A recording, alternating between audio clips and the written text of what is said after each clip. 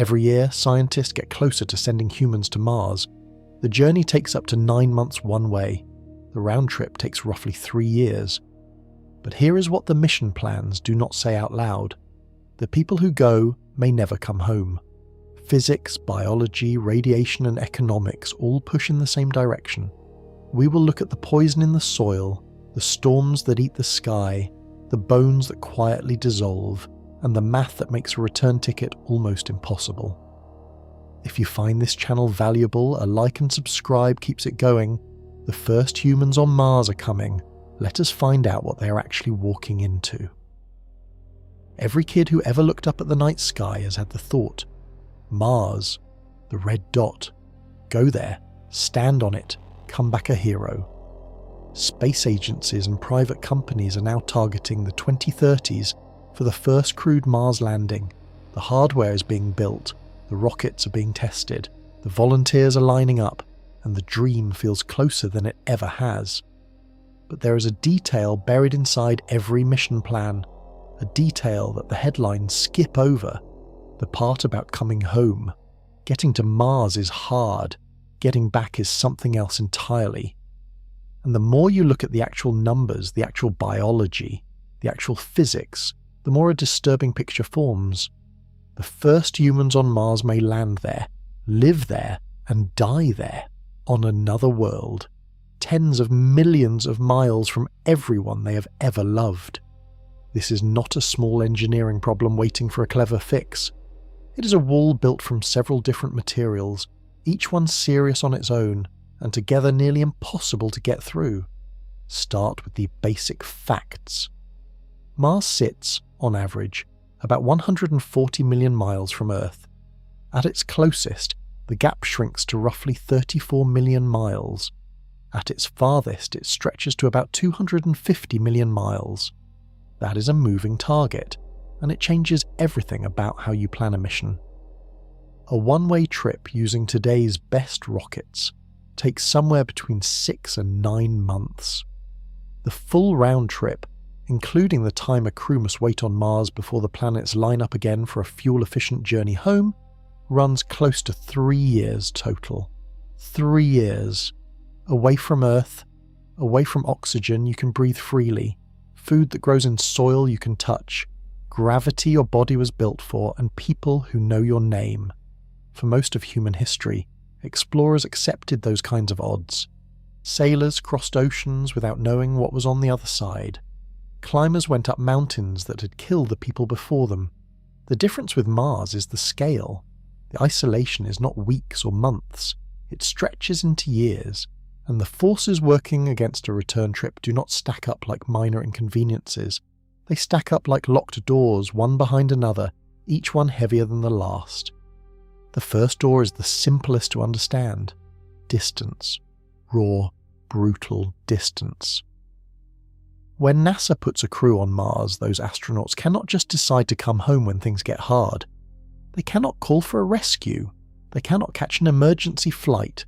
The closest Earth will ever be during that mission window is still farther than any human has ever travelled in history. To put it in terms you can feel, if you drove a car at highway speed, without stopping, without sleeping, it would take you well over 100 years to reach Mars at its closest point. No one is driving there. They're riding the most powerful rockets ever built. And even those rockets cannot just point at Earth and fire whenever the crew feels ready. The planets have to cooperate. And they only cooperate once every 26 months. That 26-month window is the first door. And it does not care about emergencies. It does not care about injuries. It does not care about fear. You miss it, and the next one is over 2 years away. So the clock starts the moment the crew lands. They're already counting down to a window that will either let them leave or force them to stay another 2.5 years. And that is before we even talk about what Mars does to the human body. Because while the planets are moving, the crew is changing. Quietly. Physically. In ways that make the return trip harder with every single day they spend on the surface. The next chapter goes there. And the numbers are harder to ignore than the distance. Picture 2 runners on a circular track, but one track is much bigger than the other. The inner runner laps the outer one on a schedule. They are side by side for a brief stretch, then the gap opens again for a long time before they meet again. That is Earth and Mars. Earth circles the star at the centre of our solar system in 365 days. Mars takes 687 days. Because they travel at different speeds on different paths, the distance between them swings wildly. One moment they are relatively close, the next they are on opposite sides of the entire solar system, separated by a gap so large that a signal travelling at the speed of light takes over 20 minutes to cross it. This matters in a way most people have never thought about, because the missions going to Mars cannot leave whenever engineers are ready. They have to leave during a specific alignment, a window when the planets are positioned so that a rocket launched from Earth will meet Mars after a 6 to 9 month journey, arriving at the right place at the right time. That window opens roughly once every 26 months. It is called the synodic period, meaning the time it takes for Earth and Mars to return to the same relative position in their orbits. Outside that window, the trip to Mars still exists, but it costs so much more fuel that no rocket ever built could manage it. So mission planners do not just choose a launch date, the planets choose it for them. And once a crew lands on Mars, the next window back to Earth does not open for approximately 18 to 20 months. That is the wait. Mandatory, non-negotiable. Built into the orbital math by physics, not by anyone's decision. For a 15-year-old thinking about what that actually means, imagine you are sent somewhere for a job, and the only flight home leaves in a year and a half. You cannot buy an earlier ticket. There is no earlier ticket. There is no airport. There is one window, and if you miss it for any reason, the next one opens in over 2 years. Miss 2 in a row, and you have been on Mars for over 5 years. The first crews going to Mars in the 2030s will land knowing this. They will carry this knowledge every day on the surface. Every equipment failure, every injury, every unexpected problem will be measured against a countdown clock to the return window. And if something goes wrong right before that window, wrong enough that launch becomes impossible, the crew simply waits, on Mars, for another 26 months, with whatever resources they have left. Scientists confirmed this scheduling reality long before any Mars mission existed. In 1925, a German engineer named Walter Hohmann worked out the mathematics of the most efficient path between two planets. The path now carries his name. The Hohmann transfer orbit describes the arc a spacecraft must follow to travel between Earth and Mars using the minimum possible amount of fuel. That arc only lines up correctly every 26 months. 100 years later, every Mars mission plan still depends on Hohmann's math. It is that locked in. Confirmed fact. The distance between Earth and Mars changes from 34 million miles at closest approach to 250 million miles at farthest. The communication delay changes with it, from about 3 minutes at closest to over 24 minutes each way at farthest. A round-trip message at maximum distance takes 48 minutes. 48 minutes to say something and get an answer. If a crew member is having a medical emergency on Mars and a doctor on Earth needs to give instructions, the response to the first distress call arrives nearly an hour later. That is the distance. And it does not just affect communications, it shapes everything about what happens when the human body starts to break down on the surface, which, as it turns out, begins almost immediately. There is a piece of mathematics that every rocket scientist knows by heart. It is called the Tsiolkovsky rocket equation, and it has been quietly ending dreams of easy space travel since 1903. The equation says something brutal. The amount of fuel you need to move a rocket does not grow at the same rate as the weight you want to carry. It grows exponentially, meaning every extra kilogram of cargo demands far more than a kilogram of extra fuel. And the fuel itself weighs something, so you need fuel to carry the fuel, and more fuel to carry that, and the chain keeps multiplying in a direction that quickly becomes unmanageable. For a trip from Earth to Mars, this is already punishing. For a trip back from Mars to Earth, it becomes one of the hardest engineering problems humanity has ever faced. Here is the specific problem. A 6-person crew needs a rocket capable of launching off Mars and reaching orbit. That rocket, called the Mars Ascent Vehicle, needs approximately 31 tons of oxygen and 9 tons of methane as propellant just to get 6 people off the surface, 40 tons of fuel total, on a planet where there are no fuel stations, no tankers, no refineries, and no supply chain. So where does the fuel come from? Option 1, bring it from Earth. And here is where the math gets painful. For every single ton of propellant that eventually lands on Mars, engineers need to launch 12 to 13 tons into Earth orbit first. The rest burns away at every stage of the journey. So to deliver 40 tons of return fuel to the Martian surface, roughly 500 tons needs to leave Earth orbit. 500 tons for the return fuel alone. No rocket fleet in existence can make that practical. The heaviest rocket ever successfully flown can carry around 150 tons to low Earth orbit. You would need multiple launches just for the fuel, coordinated perfectly, across hundreds of millions of miles with zero margin for error. Option 2. Make the fuel on Mars. Use the Martian atmosphere, which is 95% carbon dioxide, and combine it with hydrogen or water ice found underground to manufacture methane and oxygen directly on the surface.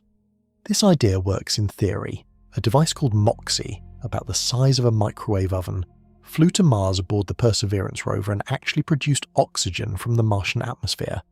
Confirmed. It ran 16 times over a full Martian year and produced a total of 122 grams of oxygen at up to 12 grams per hour. 122 grams in a full year at 12 grams per hour. A return mission needs 40 tons of propellant produced on the Martian surface before the crew can leave. That means a fuel factory would need to operate at a rate roughly 300,000 times higher than MOXIE, running continuously for over 400 Martian days without breaking down, in a radiation-soaked, dust-choked environment where no repair crew can reach it. As of right now, that factory has never been built. It has never been tested at anything close to that scale. And it must be pre-positioned on Mars and running successfully before the first human crew even lands, because without it, the crew has no way home. The math does not hate the people going to Mars. The math is indifferent. It simply describes what reality requires, and reality requires a level of engineering that has never been demonstrated. So what happens if the fuel factory fails? What happens if a dust storm knocks out its power for 6 weeks? What happens if a component cracks from temperature swings that drop to minus 140 degrees Fahrenheit at night? The crew waits, and waits, and watches the return window approach with a vehicle that cannot fly. That surface environment, the one that could kill the fuel factory, is next, and it is stranger than most people picture. The fuel problem alone is enough to strand a crew permanently. But layer on top of it the rigid schedule of orbital mechanics, and the trap tightens further. The 26-month launch window is not a guideline. It is a hard boundary written into the laws of planetary motion, and the consequences of missing it are almost impossible to overstate. Imagine the first crew lands on Mars in late 2030. They spend the first week setting up habitat, running equipment checks, beginning science operations. Everything goes reasonably well. Then, around month 8, a critical component in the return vehicle fails. A pump, a seal, something mechanical that the crew cannot fabricate or replace with the tools they have on hand. Engineers on Earth work the problem. They send instructions, the crew tries fixes, but the communication delay, up to 24 minutes each way, means every exchange takes nearly an hour round trip. A single back-and-forth conversation about a technical repair stretches across a full workday. Meanwhile, the return window is approaching. The planets are moving into position. The window will be open for a limited time, and then it will close. If the crew cannot launch in time, the window shuts. Earth and Mars separate again. The next window does not open for another 26 months. So now the crew is on Mars for a total of over 3 years from landing. They need to keep the habitat running, keep themselves fed and healthy, keep the fuel factory running if it exists, and do all of this while managing the psychological weight of knowing that the chance to go home came and passed. This scenario is described by mission planners as a contingency, something to plan around. but the margin for error is genuinely thin. Every piece of technology on a Mars mission must work in an environment that destroys machinery. Temperature swings of over 200 degrees Fahrenheit between day and night, constant radiation, dust that gets into everything, and zero ability to order replacement parts. Confirmed.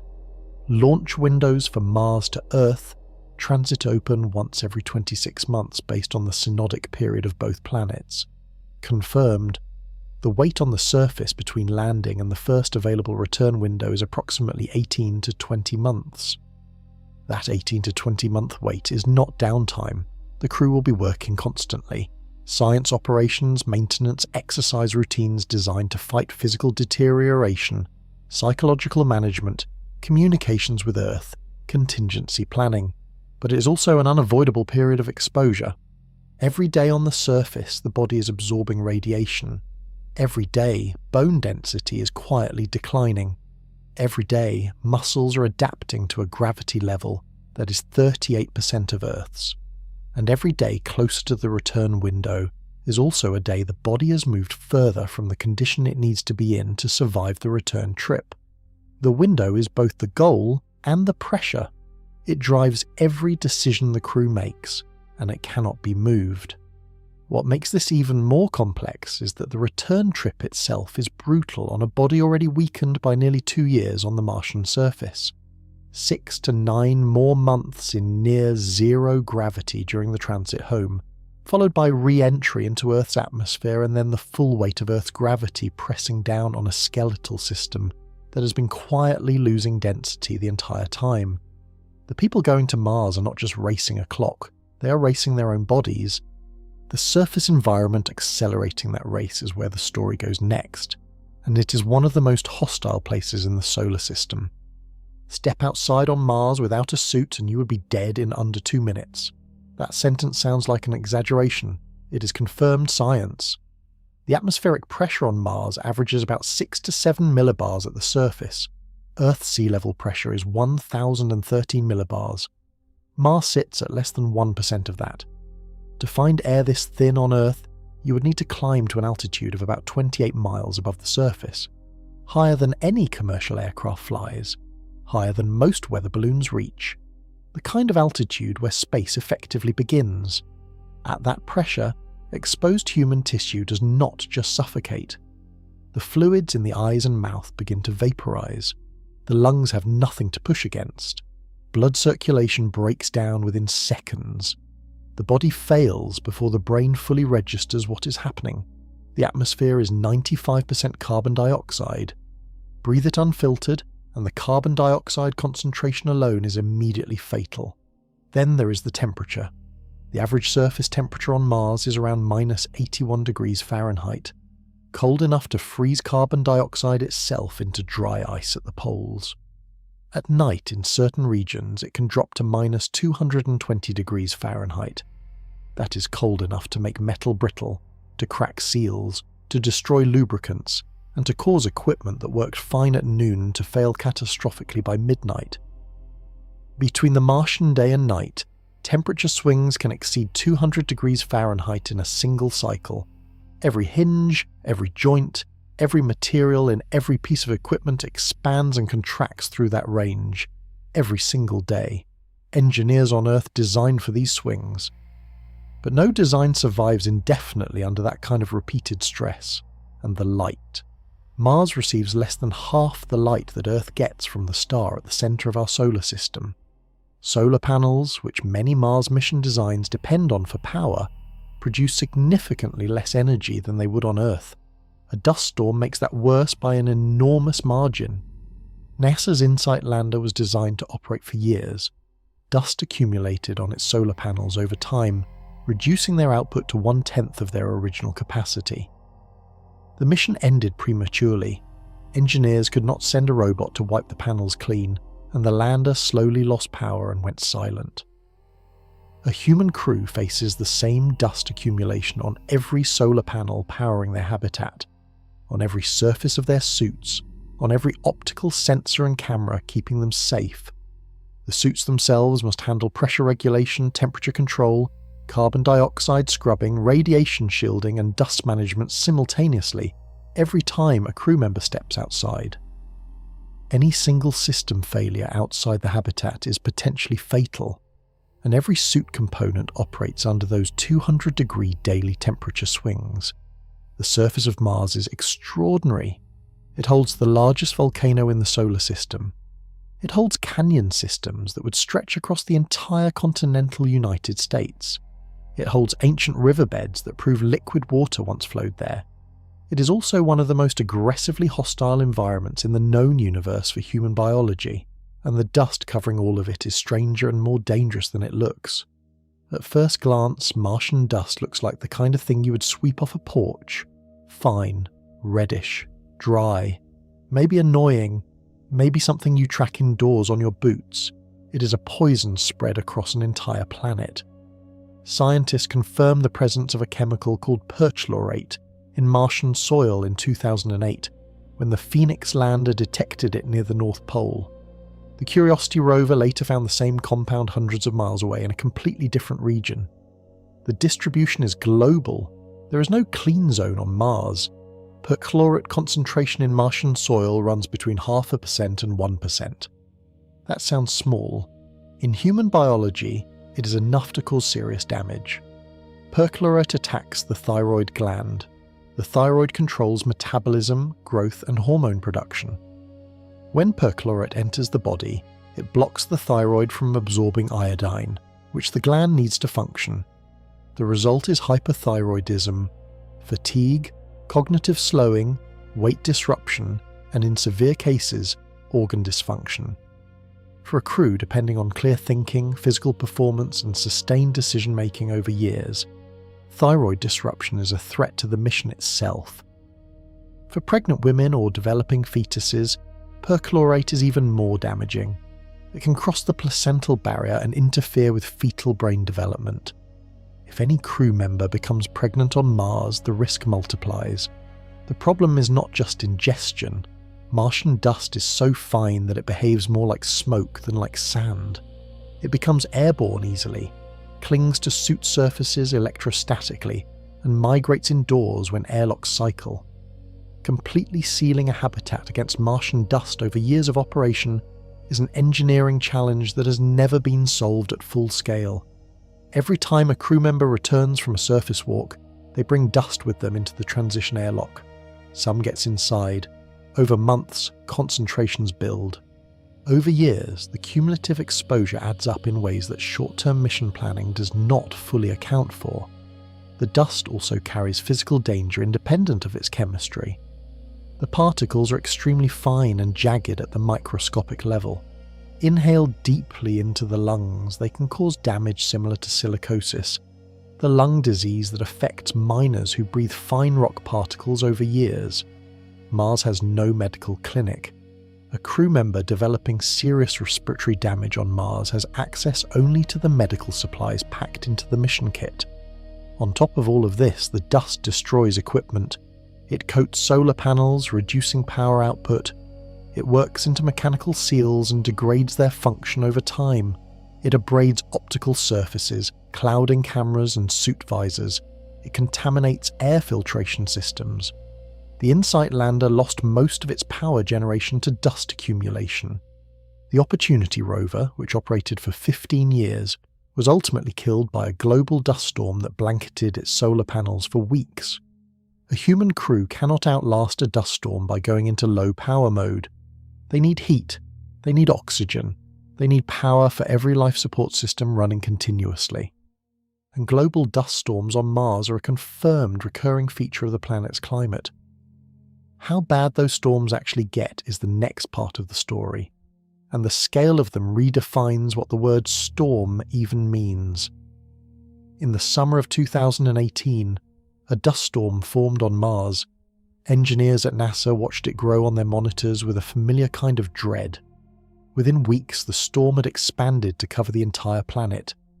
The Opportunity rover, a machine that had been operating for 15 years and driven over 28 miles across the Martian surface, lost contact with Earth. Dust blocked the sunlight. The rover's solar panels went dark. The battery drained. The heaters shut off. Temperatures inside the rover dropped below what its electronics could survive. After months of silence, NASA declared the mission over. Opportunity, which had outlived its original 90-day design life by over 5,000 days, was killed by a storm. Global dust storms on Mars are confirmed to occur on average once every 5.5 Earth years. They begin as regional events, often triggered by temperature differences between the warming surface and the cooler atmosphere above. As dust lifts into the air, it absorbs sunlight, heats the surrounding atmosphere, creates wind which lifts more dust, which absorbs more sunlight. The feedback loop can escalate from a local storm to a planet-wide event in a matter of weeks. When a global storm envelops Mars, it can reduce sunlight reaching the surface by over 99% in the worst affected regions. Solar panels become nearly useless. The sky turns from its normal pale yellow to a deep orange-brown that blocks out the horizon. Visibility drops to near zero. For a human crew on the surface, a global dust storm is a life-threatening emergency. Solar-powered systems fail. Backup power supplies are finite. If the mission design depends on solar energy for habitat heating, oxygen generation, water recycling, and communication equipment, a multi-week storm can drain every reserve the crew has. Food production systems using artificial lighting would also go dark. Some mission planners propose nuclear power as the solution, using a small reactor to maintain power independent of sunlight. That approach exists. The Kilopower project, developed by NASA and the Department of Energy, tested a small nuclear fission reactor capable of producing around 10 kilowatts of power, roughly enough to run 3 or 4 homes. A Mars habitat would need significantly more, but nuclear power solves the energy problem. The dust still coats every external surface. Suits still become contaminated. Air filtration systems still load up with perchlorate-laced particles. Mechanical joints still degrade, and visibility outside the habitat can remain near zero for weeks at a time, halting any outdoor work. Scientists at the University of Colorado Boulder published research in 2024 beginning to identify the atmospheric conditions that allow regional storms to escalate into global ones. Understanding the warning signs could give a future crew days of advance notice, days to secure equipment, seal systems, and prepare for weeks of confinement inside the habitat. Weeks of confinement with limited power, limited communication, and the knowledge that the storm outside could last another month. That confinement compounds a pressure that starts building the moment the crew lands and does not stop. A psychological pressure that NASA lists as one of the 5 primary hazards of deep space exploration. But before we get to what the isolation does to the mind, the body has more to reveal. And what happens to the skeleton on Mars is something that begins quietly, accelerates steadily, and may ultimately make Earth itself unreachable. The human skeleton did not evolve for Mars. Every bone in the body developed over millions of years under one specific condition: Earth's gravity pulling downward at a constant rate, all day, every day, from birth. That gravity load is what keeps bones dense. When the body senses weight bearing down on a bone, it signals the cells responsible for building bone tissue to stay active. Remove the load, and those cells slow down. The body, in its constant drive for efficiency, stops maintaining what it does not seem to need. On Mars, the gravitational pull is 38% of Earth's. A person who weighs 150 pounds on Earth weighs 57 pounds on Mars. The skeleton is carrying less than half its normal load. Every step, every jump, every physical task demands far less from the bones than the same action on Earth. The result is measurable bone loss. Scientists estimate that astronauts in Martian gravity lose approximately 0.22% of bone mineral density per week. That rate is lower than the rate in near-zero gravity aboard the International Space Station, but it is sustained across a mission lasting 18 months or more on the surface. Run the math across an 18-month surface stay. The total bone loss accumulates into significant skeletal weakening, concentrated in the weight-bearing bones, hips, spine, legs. The same bones that will have to support a body suddenly hit with Earth's full gravitational force upon return. Earth's gravity is 2.6 times stronger than Mars's. A crew member who has spent 18 months in 38% gravity, followed by 6 to 9 months in near-zero gravity during the transit home, arrives at Earth carrying a skeleton that has been quietly losing mass the entire time. Then Earth grabs them with its full force. Bones weakened by that process fracture more easily. Stress fractures can occur during the first attempts at walking. Rehabilitation after long space missions already takes months. Apollo astronauts who spent only 8 days in space had to be carried out of their landing capsules because their legs could not bear their own weight. A Mars crew spends not 8 days but roughly 3 years in reduced or near zero gravity. The rehabilitation period, if it is even possible, would stretch far longer. Scientists confirmed these bone loss patterns through studies of astronauts aboard the International Space Station.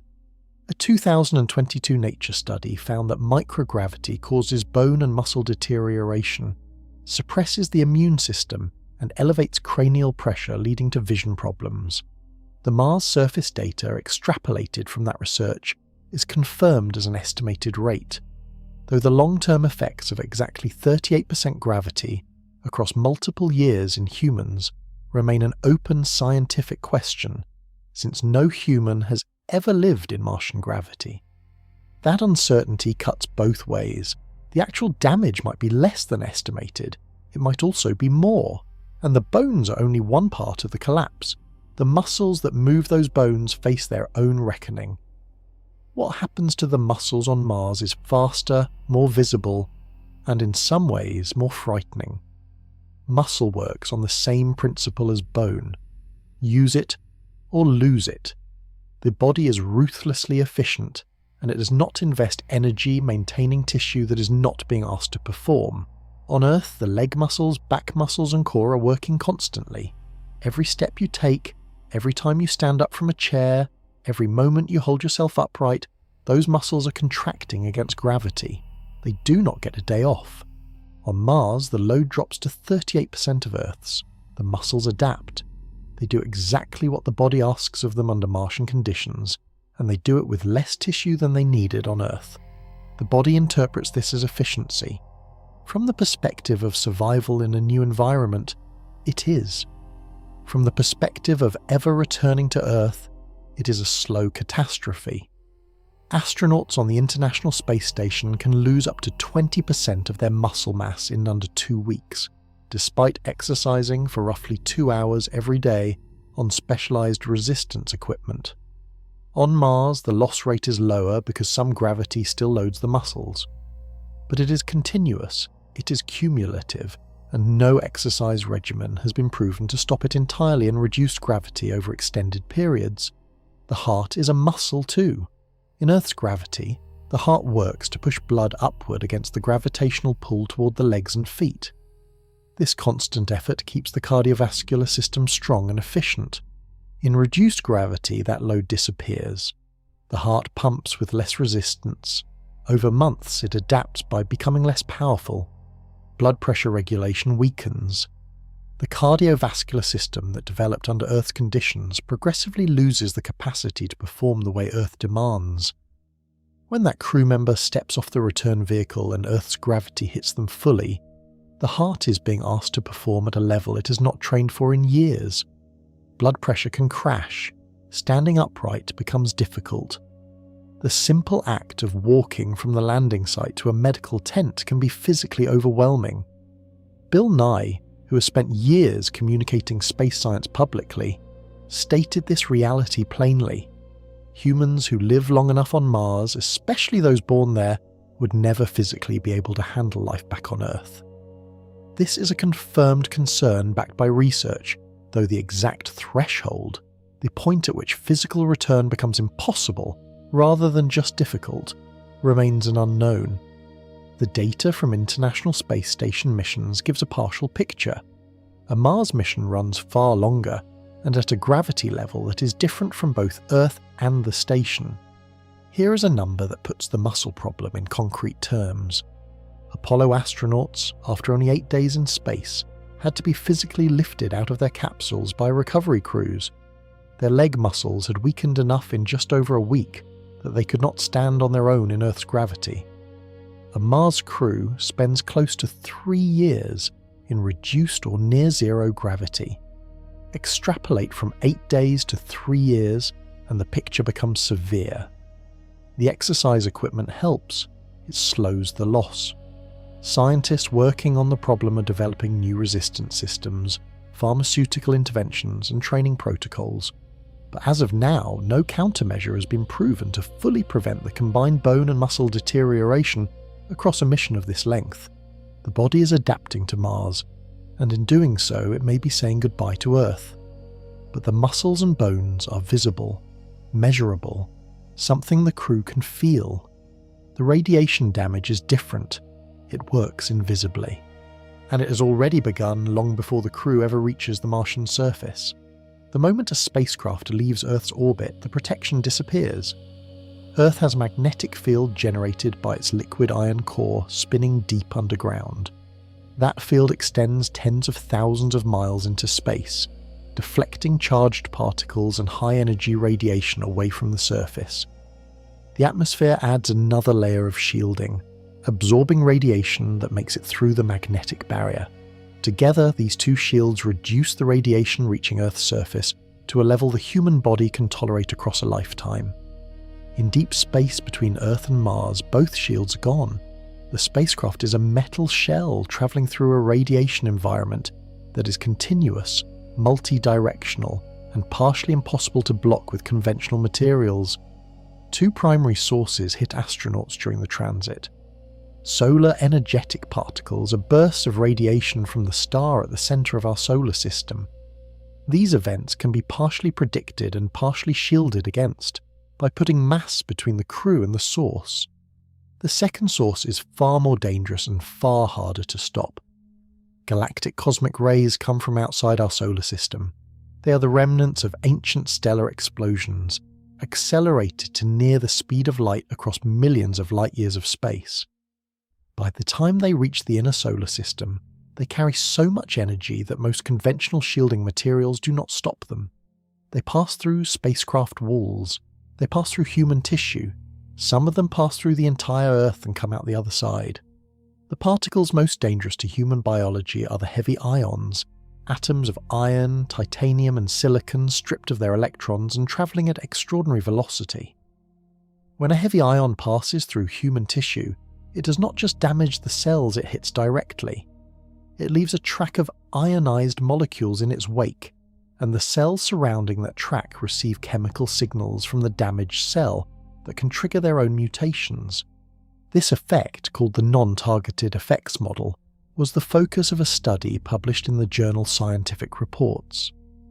Researchers found that accounting for this secondary damage effectively doubles the cancer risk estimate for a Mars mission compared to older models that only counted direct cell damage.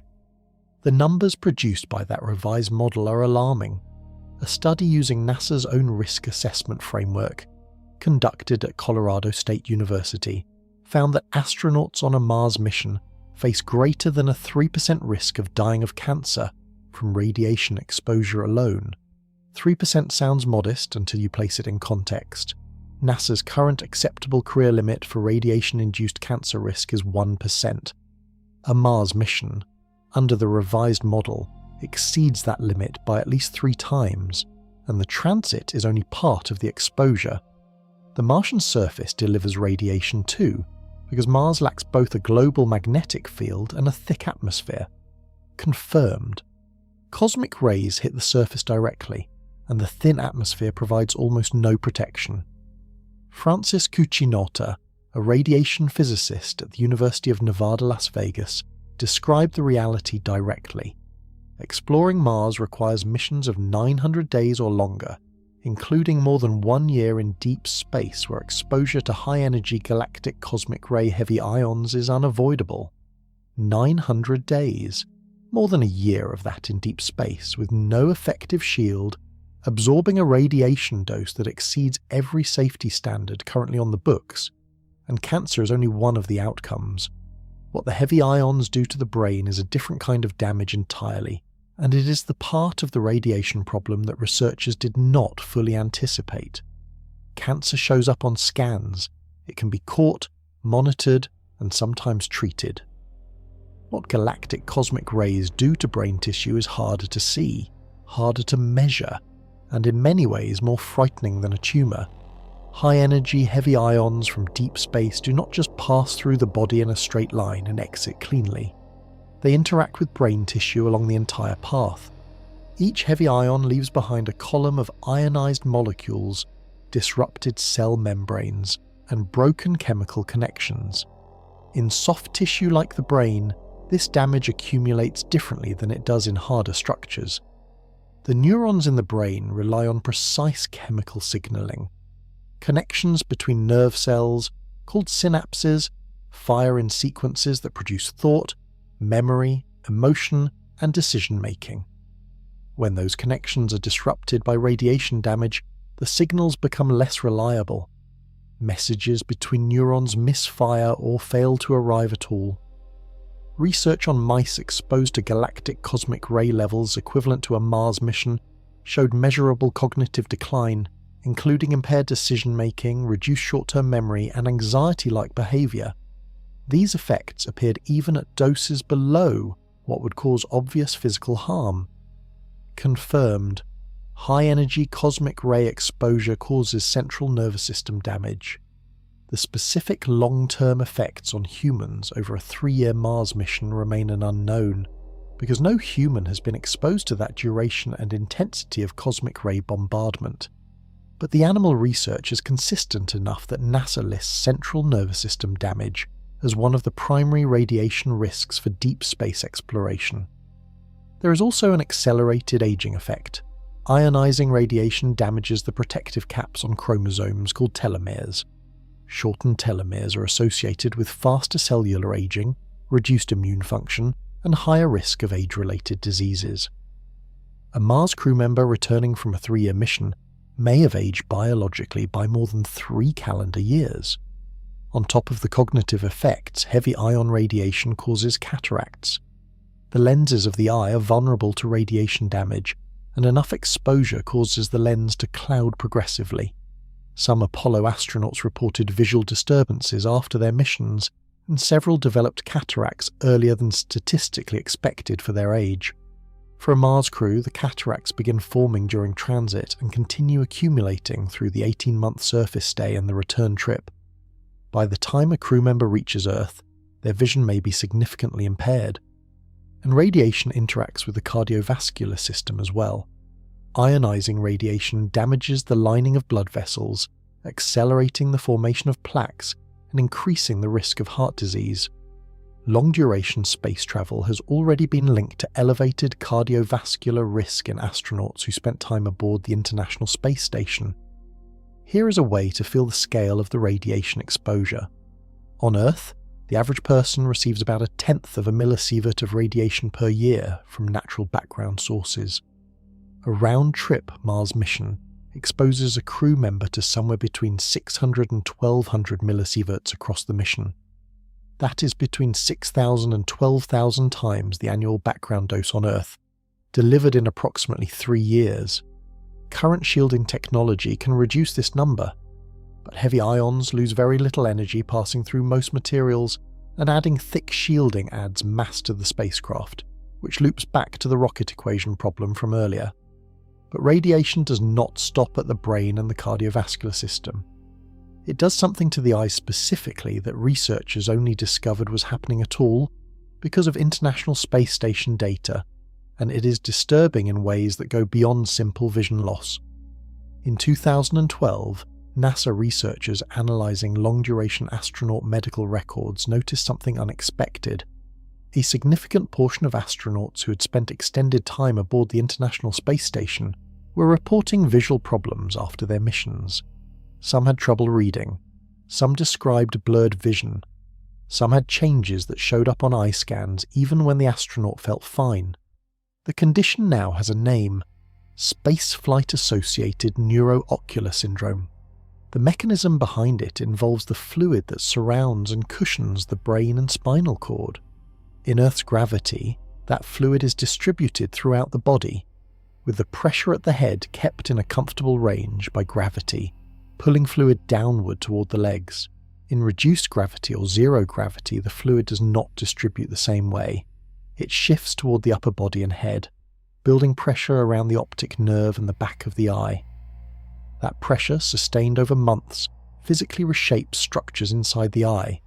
The optic nerve, which carries visual signals from the retina to the brain, becomes swollen.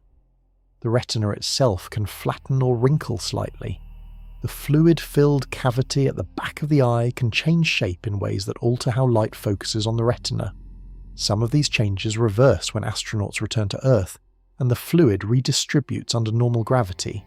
Some do not. Confirmed. Spaceflight-associated neuroocular syndrome causes structural changes to the optic nerve and eye in a substantial fraction of long-duration space travelers. Unknown. The full long-term outcome after a 3-year Mars mission, because no mission of that duration has ever occurred. For a crew member spending close to 3 years in reduced or near zero gravity, the pressure on the optic nerve builds across that entire period. The structural changes accumulate. A crew member returning from Mars may have permanently altered vision. Some may be legally blind by Earth standards. Some may have damage that was not even detectable until the vision changes became impossible to ignore. And vision is not just a quality of life issue on a Mars mission. A crew member with impaired vision cannot safely perform surface walks, equipment maintenance, medical procedures, or emergency repairs. Vision loss mid-mission could remove a critical crew member from the team's functional capacity at exactly the moment they are most needed. The fluid pressure issue also connects to headaches, pressure sensations behind the eyes, and a subtle cognitive fog that some astronauts describe as feeling like they are thinking through a layer of something. It is not dramatic, it is persistent. Over months, it is wearing. Mission designers are investigating countermeasures, including lower body negative pressure suits that draw fluid toward the legs by creating a slight vacuum around the lower body, mimicking the effect of gravity. Early results are promising. Whether they work well enough over a 3-year mission is an unknown. The eyes are one visible signal of a broader pressure and fluid management problem the body faces in space, but the eyes at least respond in a way that produces measurable symptoms. What the same fluid dynamics do to the rest of the nervous system is harder to measure and stranger to understand, and it connects to a danger that the body carries not from outside like radiation, but from the physics of its own internal environment.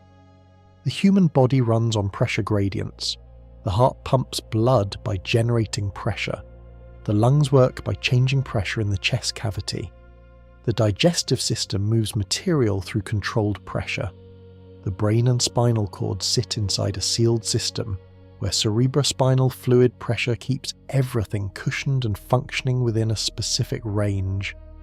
In Earth's gravity, the entire system operates in a way the body has been calibrated for across millions of years of evolution. The heart knows how hard to pump to get blood to the brain. The vessels in the legs know how much tension to maintain to prevent blood from pooling. The body manages its own pressure landscape automatically. Remove Earth's gravity or reduce it significantly, and every one of those calibrations shifts. In the near-zero gravity of the transit to Mars, blood and fluid distribution change immediately. The heart, no longer fighting gravity to push blood upward, pumps with less resistance. The brain receives slightly more blood flow than usual. The legs receive less. The face and head swell slightly, giving long-duration space travelers the characteristic puffy-faced appearance visible in photographs taken aboard the International Space Station. Over weeks, the body tries to compensate. It reduces overall blood volume, interpreting the fluid shift as excess. This seems like an adaptation, but it creates a new problem. When the crew eventually lands on Mars and some gravitational load returns, the reduced blood volume struggles to maintain adequate circulation. Blood pressure can drop. The crew member feels dizzy, fatigued, and slow. This condition is called orthostatic intolerance, and it affects a significant portion of returning astronauts. After the International Space Station missions, many astronauts cannot stand upright without experiencing near-fainting episodes for days or weeks. Their cardiovascular system needs time to rebuild. A Mars crew lands after 6 to 9 months of near-zero gravity transit, immediately enters 38% gravity, spends 18 or more months there with their cardiovascular system adapting to that new baseline, then faces the return transit in near-zero gravity again, then returns to Earth's full gravity. 4 gravitational transitions across 3 years, each one demanding a physiological readjustment, each one carrying risk. The cardiovascular deconditioning compounds the bone and muscle loss. By the time a crew member attempts to function in Earth's full gravity after a complete Mars mission, they are simultaneously managing weaker bones, reduced muscle mass, lower blood volume, a cardiovascular system adapted to 38% gravity, and any radiation damage accumulated along the way. Some researchers believe that careful exercise protocols, pharmaceutical support, and emerging countermeasures could manage each of these problems adequately. That is a theory. The countermeasures have not been tested at full Mars mission duration and complexity in a realistic environment. What has been confirmed across every extended spaceflight in history is that the human body responds to low gravity by changing. The longer the exposure, the deeper the changes, and the deeper the changes, the harder the return to Earth becomes. But all of the physical changes so far described are happening to a body with a functioning mind. The mind is the one running the mission, making decisions, managing fear, maintaining relationships, and holding the crew together. What 3 years of isolation in a hostile environment does to the mind is where the story becomes genuinely dark. NASA lists 5 primary hazards of long-duration spaceflight: radiation, gravity changes, distance from Earth, isolation and confinement, and hostile environments. Isolation and confinement gets listed last sometimes, but it is one of the most studied and one of the most concerning. The human brain is a social organ. It developed in environments where other humans were always nearby. Even during sleep, the brain runs on the assumption that a social network is functioning around it. The neural systems governing threat detection, reward, cooperation, and emotion are all calibrated to a world where another person is never more than a short walk away. On Mars, that assumption breaks. The nearest other human beings outside the crew are between 34 million and 250 million miles away. Communication with those people is delayed by minutes to nearly half an hour each way. A conversation with a family member is an exchange of pre-recorded messages, not a real-time connection. A mental health crisis cannot be addressed by a therapist listening in real time. A medical emergency cannot be guided by a physician walking someone through a procedure on a video call with no delay. This isolation operates at a level that no human analog environment has ever fully replicated. Antarctic research stations isolate small crews for months. Submarine missions confine groups in enclosed spaces. Cave isolation studies have explored sensory restriction. All of these have produced consistent and well-documented psychological patterns. The pattern that appears in every study of prolonged isolation begins with an initial adaptation phase. The first few weeks are marked by heightened focus and novelty. The mission feels real and meaningful. Morale is high. Around the 4-month mark, something shifts. NASA and researchers studying astronaut psychology have documented what is sometimes called the third quarter phenomenon. Roughly 3/4 of the way through a mission, behavioral health deteriorates most sharply. Motivation drops, irritability increases, sleep becomes disturbed, interpersonal friction between crew members escalates. On a 6-month International Space Station mission, the 3/4 mark is around month 4 to 5, and crews are back on Earth before the deterioration becomes severe. On a Mars mission lasting 3 years, the 3/4 mark arrives around month 27. The crew still has 9 months remaining. They are far from home, physically changed, potentially dealing with equipment failures, dust storms, radiation symptoms, and the compounding knowledge that no rescue is possible. The American Psychological Association reviewed the specific risks of Mars mission psychology and noted that unprecedented periods of confinement, the 3-year absence from Earth, the period of true isolation, and the complete absence of rescue capability combine in ways that have no precedent in human experience. Group conflict in small, isolated crews follows a documented pattern. Minor personality friction in month 1 becomes entrenched conflict by month 12. Crews in analog environments develop dysfunctional team dynamics that reduce operational effectiveness. On Mars, a crew member who develops a serious psychiatric disorder cannot be hospitalized. A conflict that destroys the working relationship between two crew members cannot be resolved by separating them. The habitat is the size of a large school bus. The mind starts adjusting to Mars in its own way, and that adjustment may go somewhere unexpected. Here is a pattern that researchers studying isolation have documented consistently, and it surprises people every time it comes up. After enough time in an isolated environment, the psychological pull toward that environment grows stronger. The familiar becomes the safe. The world outside the bubble becomes abstract, distant, and eventually almost theoretical. Astronauts returning from the International Space Station after 6 months report needing time to readjust not just physically but psychologically. The noise of cities, the density of crowds, the constant social demands of life on Earth. These things can feel overwhelming to someone whose nervous system is recalibrated to the quiet, structured and controlled environment of a spacecraft. On Mars, that recalibration runs 3 times as long. The crew's social world shrinks to 5 or 6 people. Their physical world shrinks to a habitat, a pressure suit, and the Martian surface. Their daily rhythms become synchronized to Mars's day, which is 37 minutes longer than Earth's.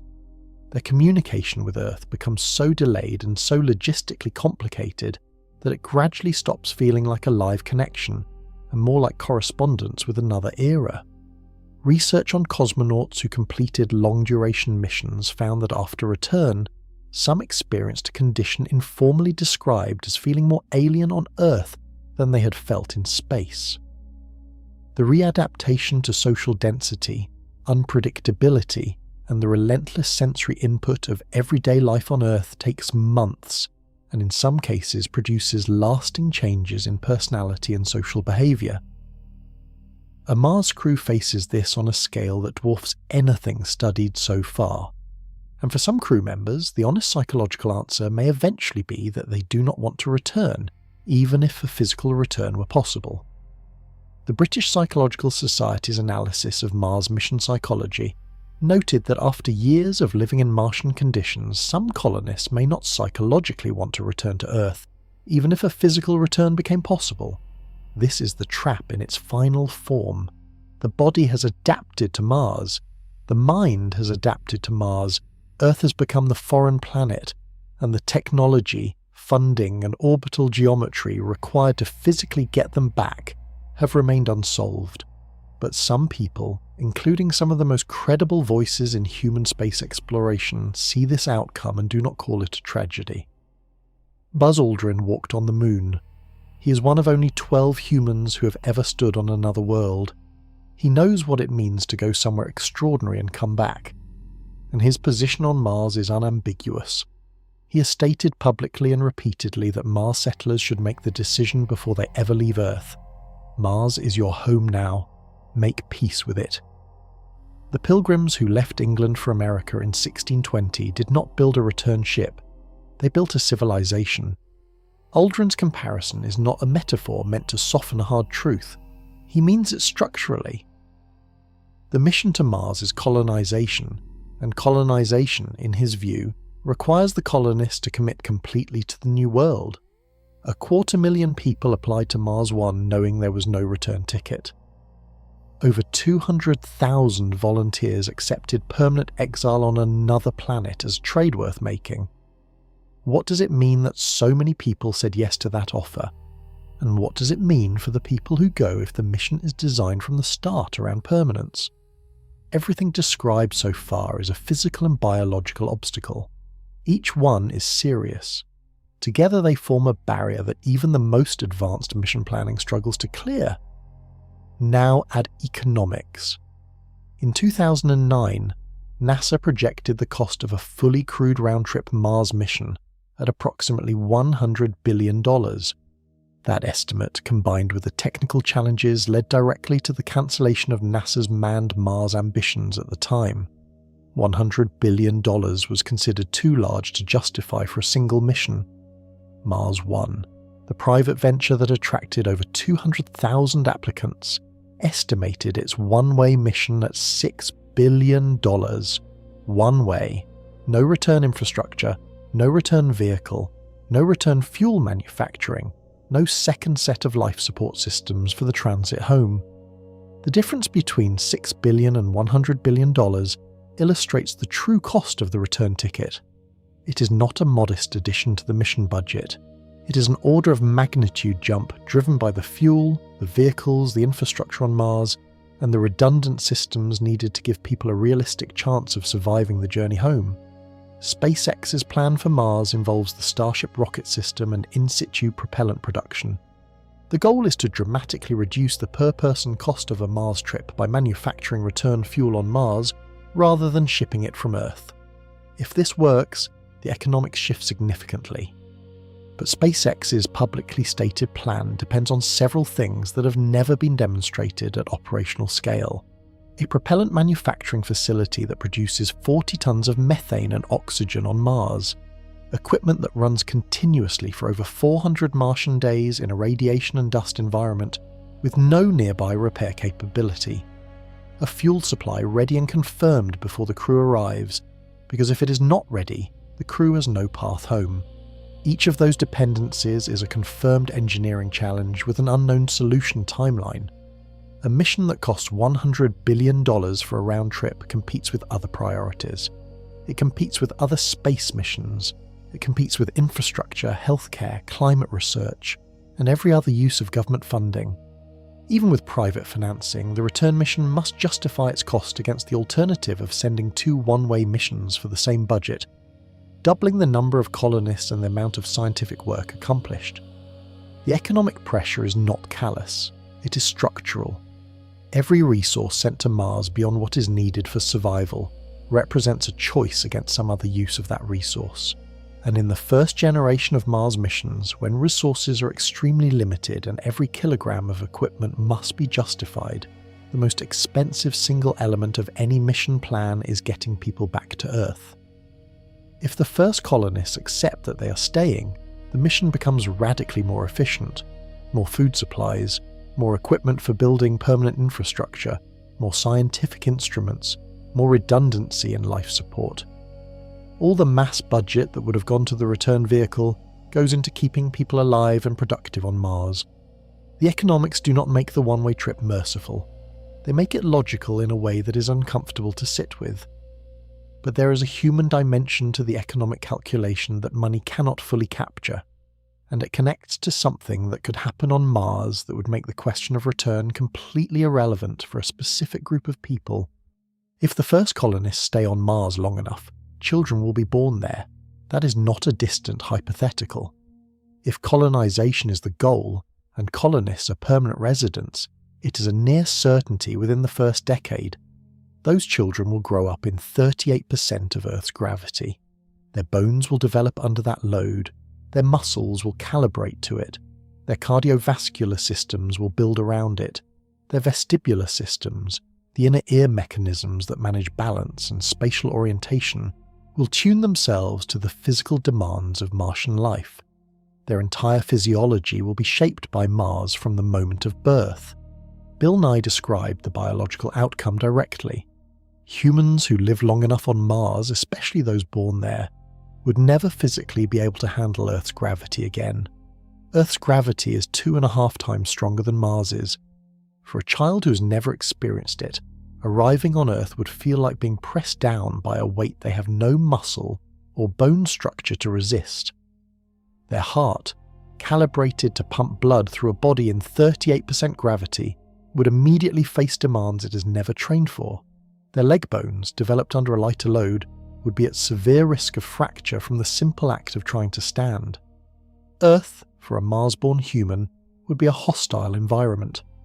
More hostile in some respects than Mars is for an Earth-born human, because at least Earth-born colonists spent their childhood building the physical foundation Mars would erode.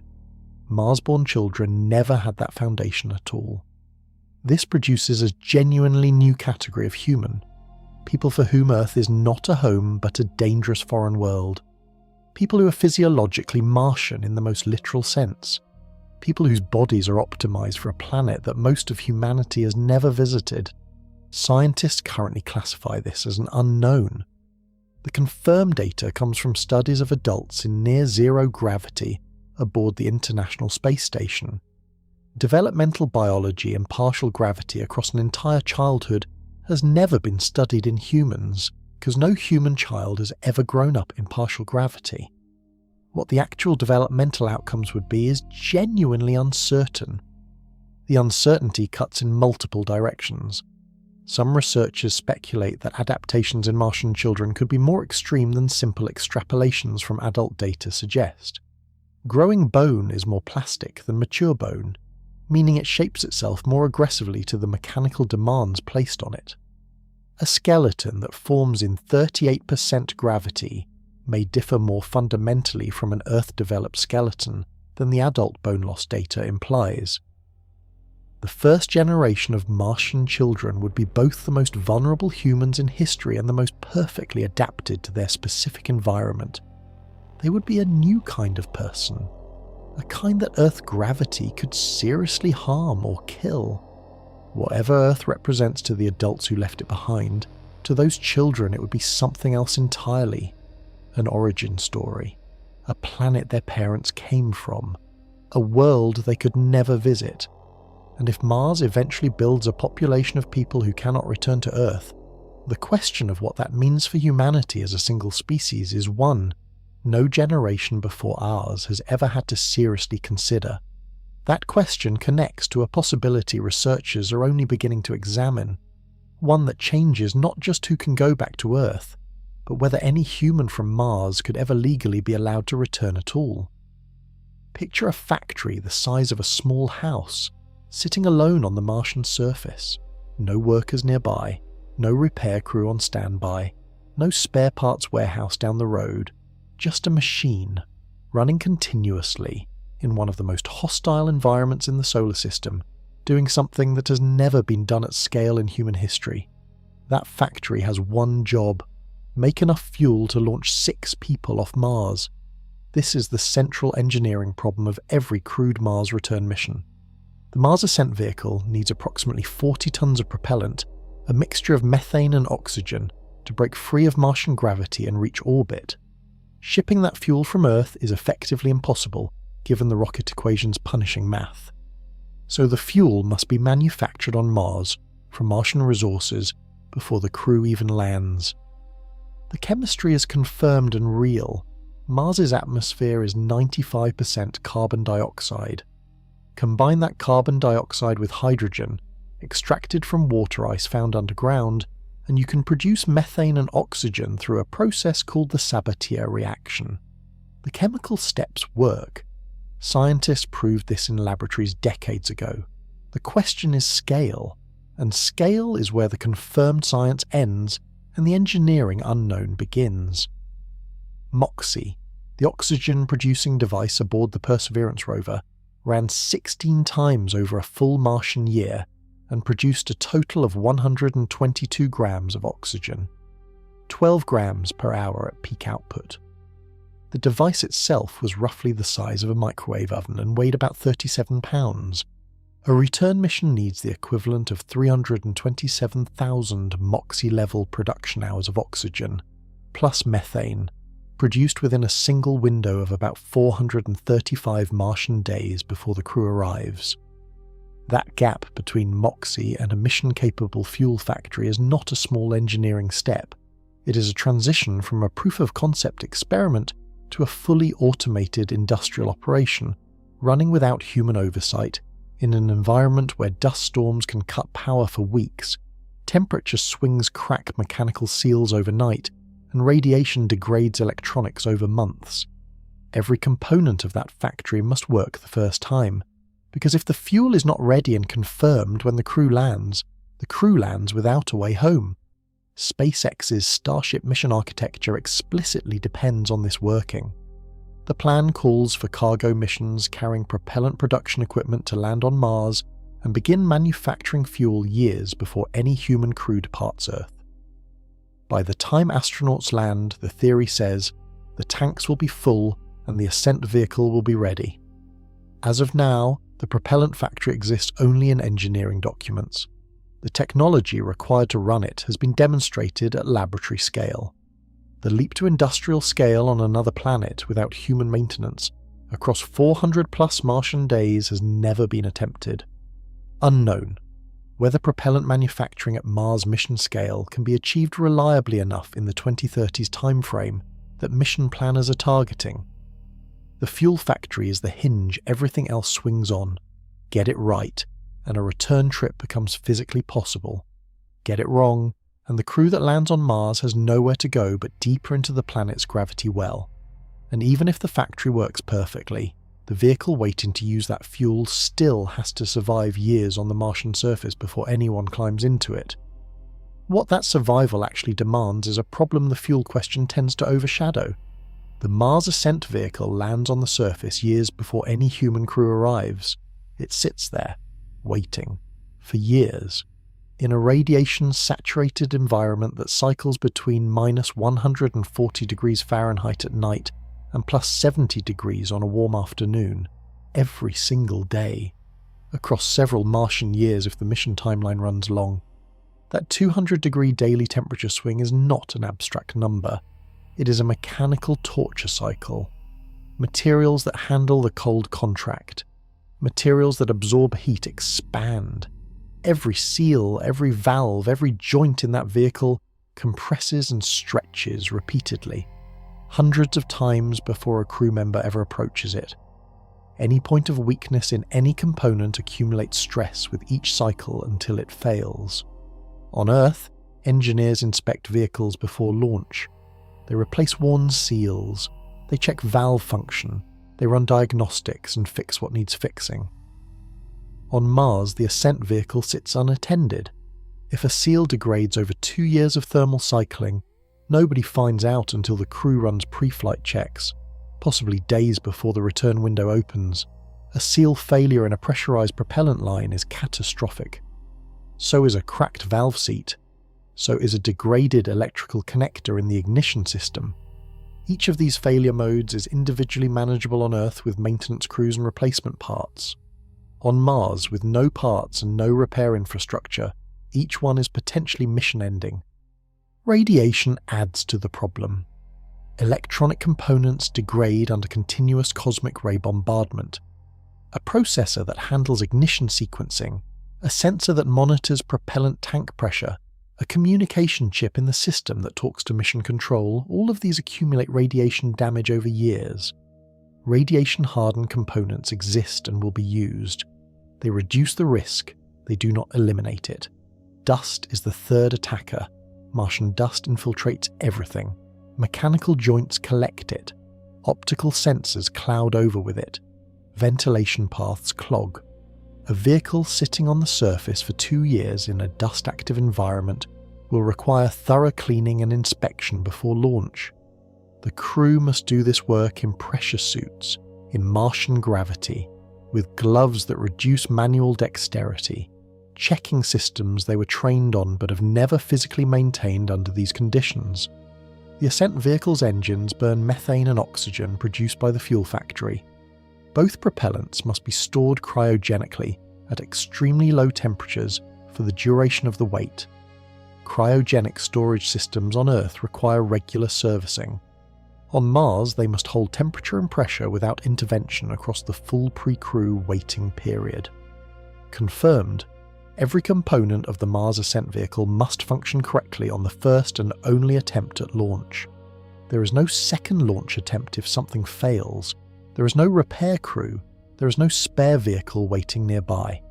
Unknown whether the combination of thermal cycling, radiation exposure, dust infiltration, and long-term cryogenic storage will degrade the vehicle's systems below functional thresholds before the crew ever uses it. The margin for error is zero, and the people who built the vehicle will be watching from 40 to 300 million miles away, with a 24-minute communication delay, hoping everything held together. The physical return depends on machines surviving conditions they were designed for but never fully tested in, for durations that have no real precedent. And even if every machine works, the people trying to use them will be operating at a fraction of their peak physical and cognitive capacity. What is being asked of those people, the total sum of it, connects to a question that some of the most thoughtful voices in space exploration have stopped treating as a failure scenario and started treating as the honest design goal. In 2013, a private company called Mars One announced a plan. They would send humans to Mars on a one-way ticket. No return mission, no return vehicle, no return fuel. Colonists would land, build a permanent settlement, and live out their lives on Mars. Over 200,000 people applied. 200,000 human beings looked at the offer. The permanent exile on a hostile planet, tens of millions of miles from everyone they had ever known, and said yes. Mars One eventually collapsed as a company, dealing with financial and organisational failures that prevented the mission from moving forward. But the 200,000 applicants remain one of the most striking data points in the history of human exploration. The desire to go, even permanently, even with no return, was genuine and widespread across every culture, age group and profession represented in the applicant pool. What drives that?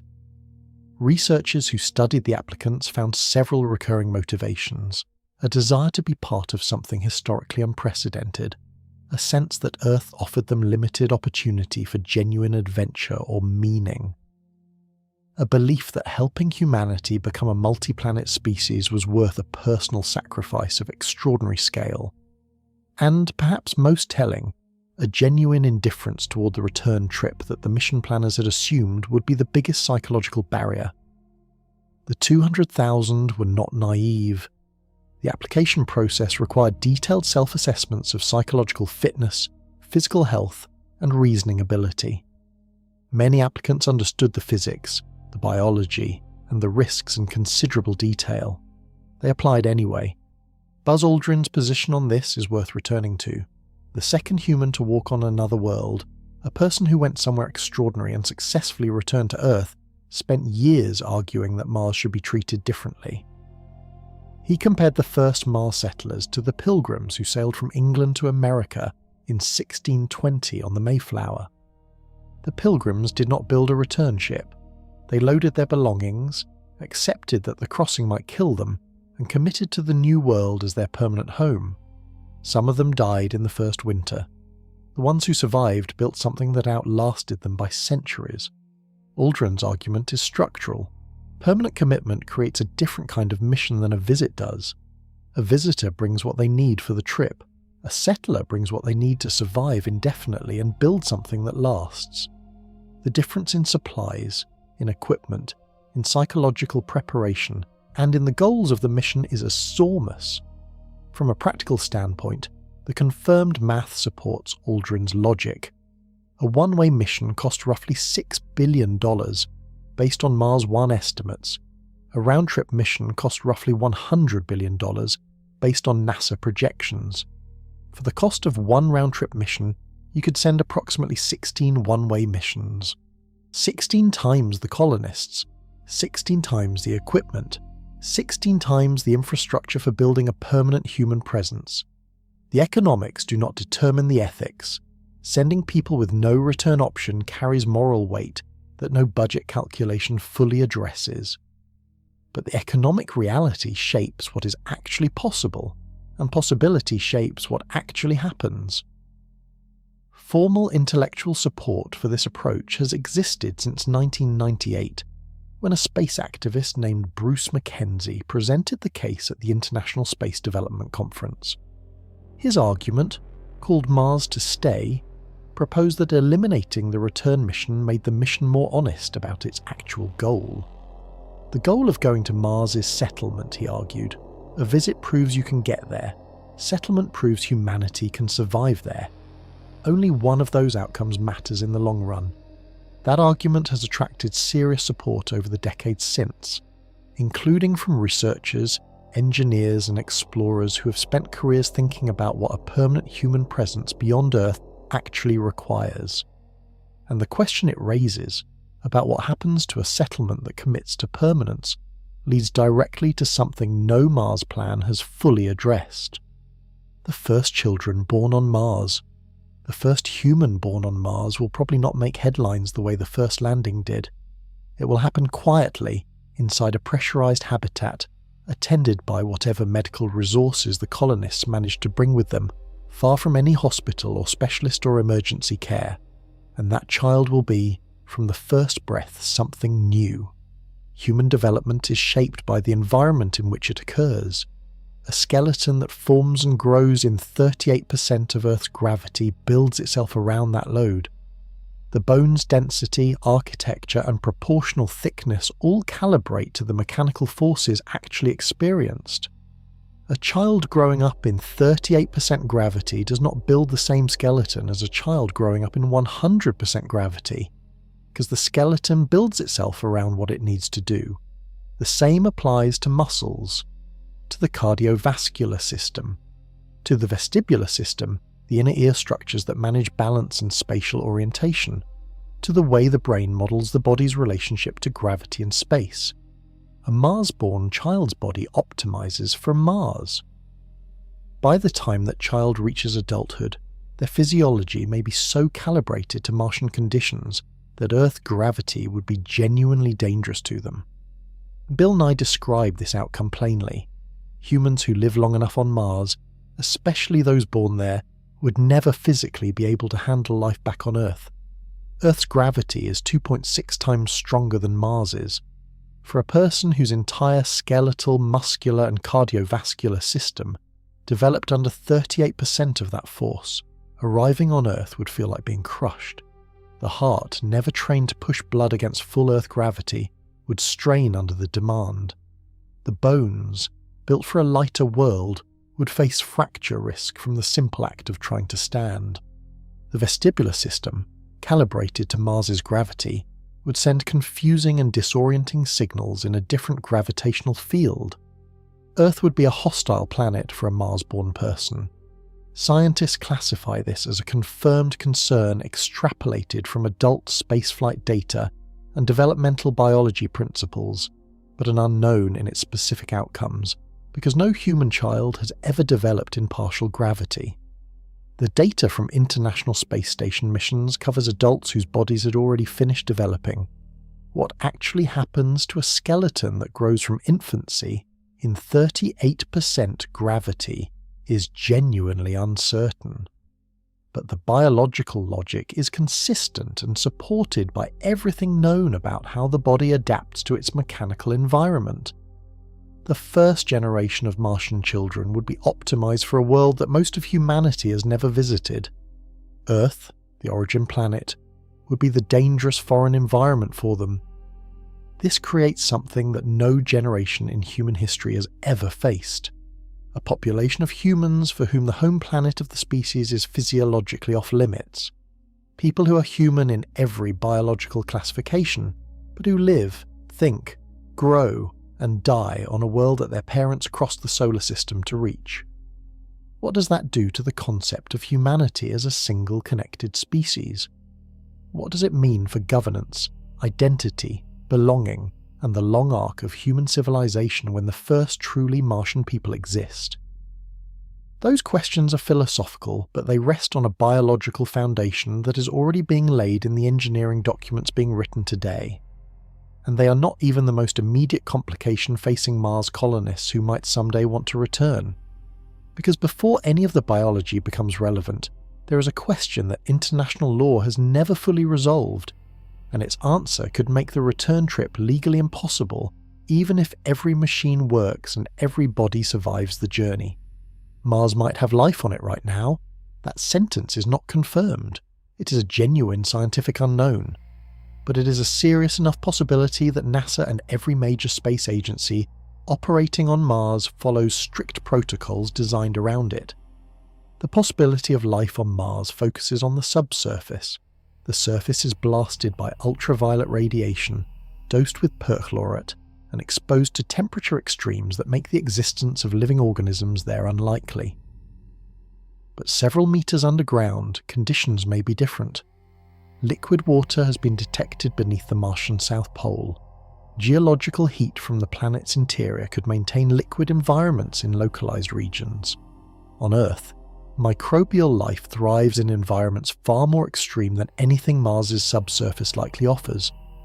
Scientists call potential Martian microbes extremophils, of a type potentially similar to those found in Antarctic dry valleys, deep ocean hydrothermal vents, and acidic volcanic systems.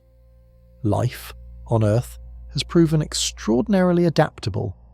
If life exists on Mars and a crew of human colonists lives on the surface for years, the possibility of biological contamination runs in both directions. Crew members could introduce Earth microorganisms to Mars, potentially disrupting or destroying any native Martian ecosystem, and Martian microorganisms could be introduced to Earth if colonists return. The second direction is the one that planetary protection agencies treat as a potential existential threat.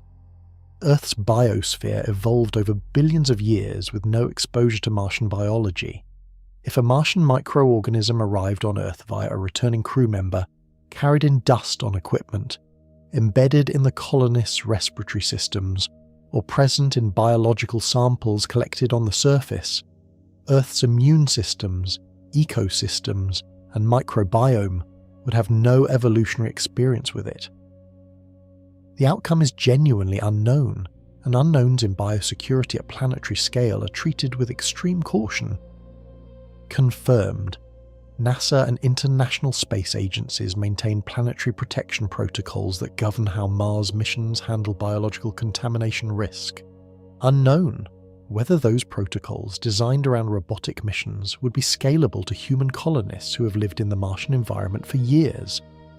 A human who has spent 2 years on the surface of Mars is not a clean sample. Martian dust is in their habitat, their equipment, their clothing, their air supply, and potentially their respiratory system. Decontaminating a returning crew to a standard that eliminates all risk of biological transfer to Earth is an engineering challenge that has no current solution at that scale. Some researchers argue the risk is negligible because any Martian life would be so biochemically different from Earth life that it could not interact meaningfully with Earth biology. This is a theory. It has not been tested. Earth biology's interactions with novel biochemistries have not been studied at the scale a planetary-level introduction would represent. The legal dimension is equally unresolved. International agreements on planetary protection were written around robotic spacecraft.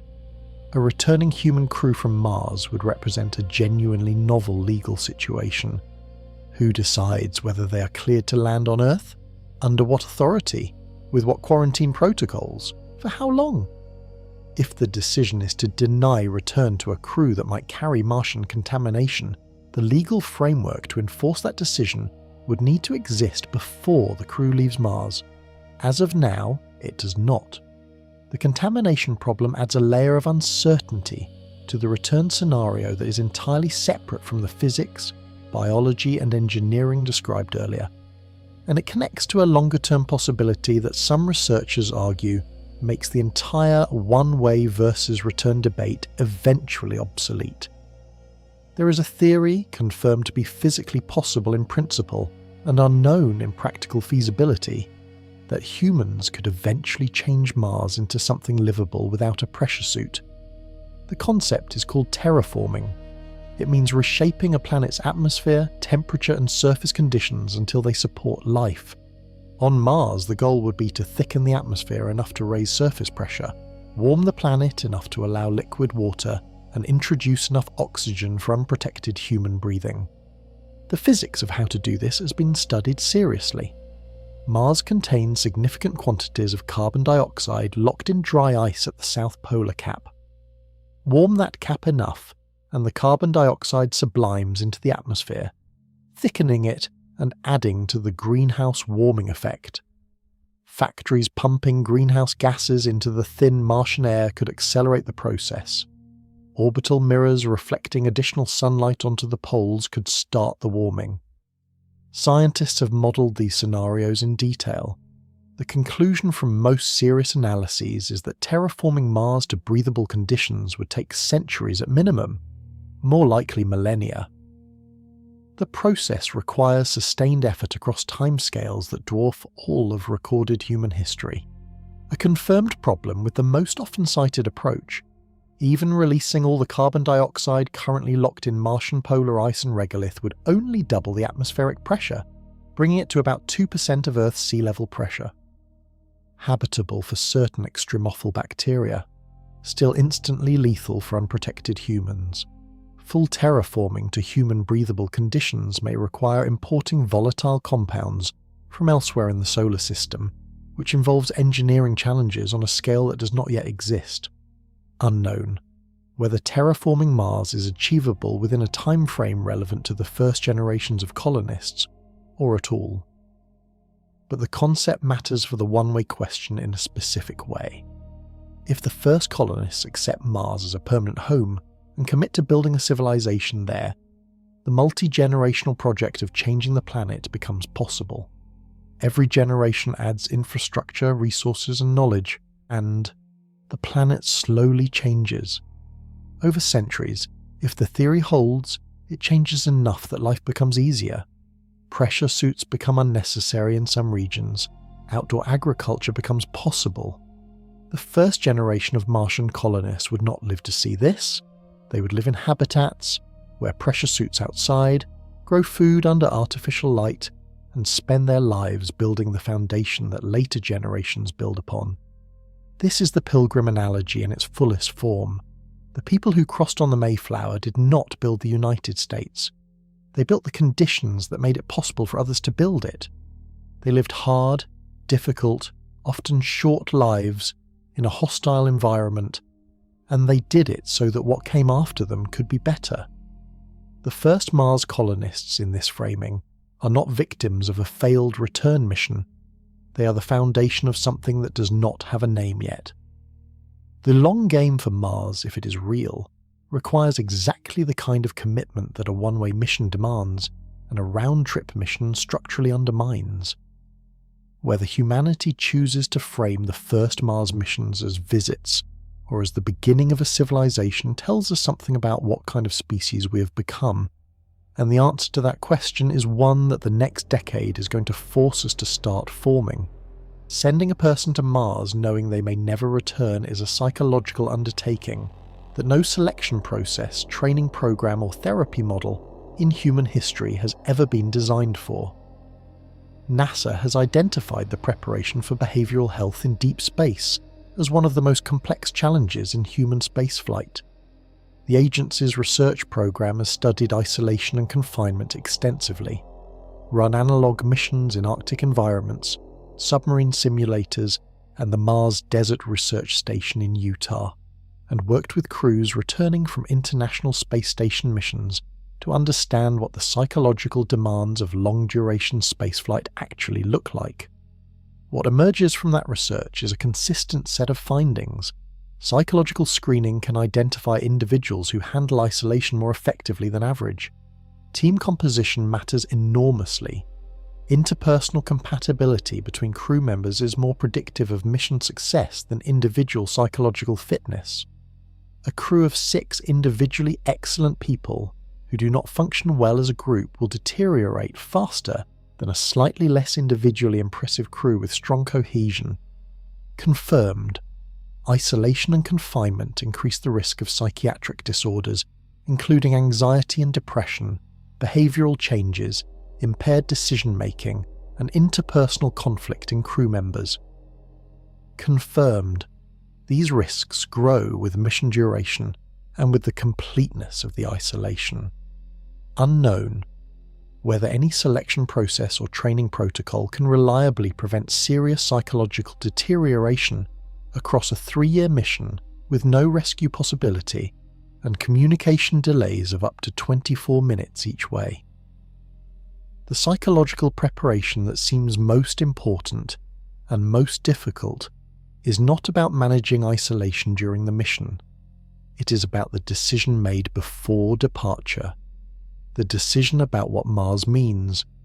A crew member who boards a Mars mission hoping to eventually return and is gradually forced to accept that return may be impossible will have a fundamentally different psychological trajectory than one who made peace with permanence before the rocket left the launch pad.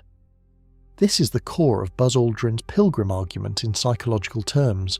A settler and a visitor experience the same environment completely differently. The visitor measures everything against the home they're trying to return to. The settler measures everything against the world they're trying to build. One framework produces homesickness, frustration, and grief. The other produces investment, purpose, and forward momentum. Pre-mission psychological preparation for a Mars mission focused on permanent settlement would look nothing like current astronaut training. It would include extended grief processing for the relationships and experiences the colonist is leaving behind. It would include identity reconstruction work, helping the person build a self-concept rooted in their role on Mars rather than in their life on Earth. It would include radical acceptance practices applied to an unprecedented situation. Some researchers argue that this kind of preparation is possible and that carefully selected individuals could make the psychological journey from Earth identity to Martian settler identity successfully. Others are less certain. The framework assumes that the human need for belonging, for familiar environments, for the accumulated sensory history of a childhood on Earth can be redirected rather than simply suppressed. Suppression across 3 years, without resolution, produces the kind of psychological collapse documented in the most extreme isolation studies. The honest answer is unknown, because the preparation has never been tested at the actual scale and duration a Mars mission represents. What is clear is that whoever goes to Mars will face a psychological challenge unlike anything in human experience. And whether they frame it as a journey away from Earth or a journey towards something new will shape everything about how that challenge ends. Every relationship a Mars colonist has with anyone on Earth passes through a delay. At minimum, when Mars and Earth are at their closest, a signal takes roughly 3 minutes to travel between the planets. A back-and-forth message exchange takes at minimum 6 minutes. At maximum separation, the one-way delay reaches 24 minutes. A single conversational exchange takes nearly 50 minutes. This is not a minor inconvenience in the way that a slow internet connection is a minor inconvenience. It fundamentally changes the nature of every relationship and every support system that a human being depends on for emotional and cognitive well-being. A crew member experiencing a mental health crisis cannot call a therapist and have a real conversation. A message describing the crisis arrives on Earth at least 3 minutes later. The therapist reads it, formulates a response, records it. The response arrives at Mars at least 3 minutes after that. The earliest possible round-trip exchange takes 6 minutes. More realistically, with time for thoughtful response, it takes 20 to 40 minutes. By the time a support system on Earth receives the distress message and sends anything useful back, the acute crisis moment has either passed or deepened without any real-time guidance. Medical emergencies operate under the same constraint. A crew member experiencing a cardiac event, a severe injury, or a neurological episode needs intervention in minutes. A physician on Earth receiving the first distress signal cannot provide real-time guidance because real-time does not exist across that distance. Every medical decision must be made by whoever is on Mars using the training and resources available inside the habitat. The crew functions as its own complete support system, its own medical team, its own psychological support network, its own technical problem-solving unit. For every challenge that arises, the only people who can immediately help are the people already there. This is confirmed by the communication physics. It is not a design choice that can be engineered around. The speed of light is the limit. On the International Space Station, crew members are separated from Earth by about 250 miles. Communication is nearly instantaneous. If a medical emergency occurs, a crew can be brought home within hours if necessary. The psychological safety net of knowing that real help is reachable within hours shapes the entire experience of the mission. On Mars, the safety net is gone. The crew knows it. They know it before they leave Earth.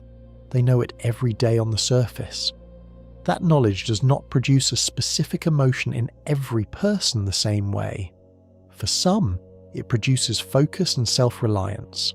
For others, over time, it produces a specific kind of loneliness that has no adequate description in existing literature, because no human has ever experienced it at this scale. Some researchers believe that crews adapted to this reality could eventually develop a functional psychological ecosystem inside the habitat, a self-sustaining support structure that meets the needs of each crew member without requiring Earth connection. This is a theory. It is supported by evidence from analog missions and isolated communities. It is disputed by evidence from the same sources that also documents the breakdown of those systems under extended pressure. The communication gap is one of the loneliest facts about Mars, and it leads directly to the most human dimension of the entire mission, the question of what it asks of the people who go and what it says about the civilization that sends them. Step back from the physics, the biology, the engineering and the economics for a moment. Look at the full picture from a human scale.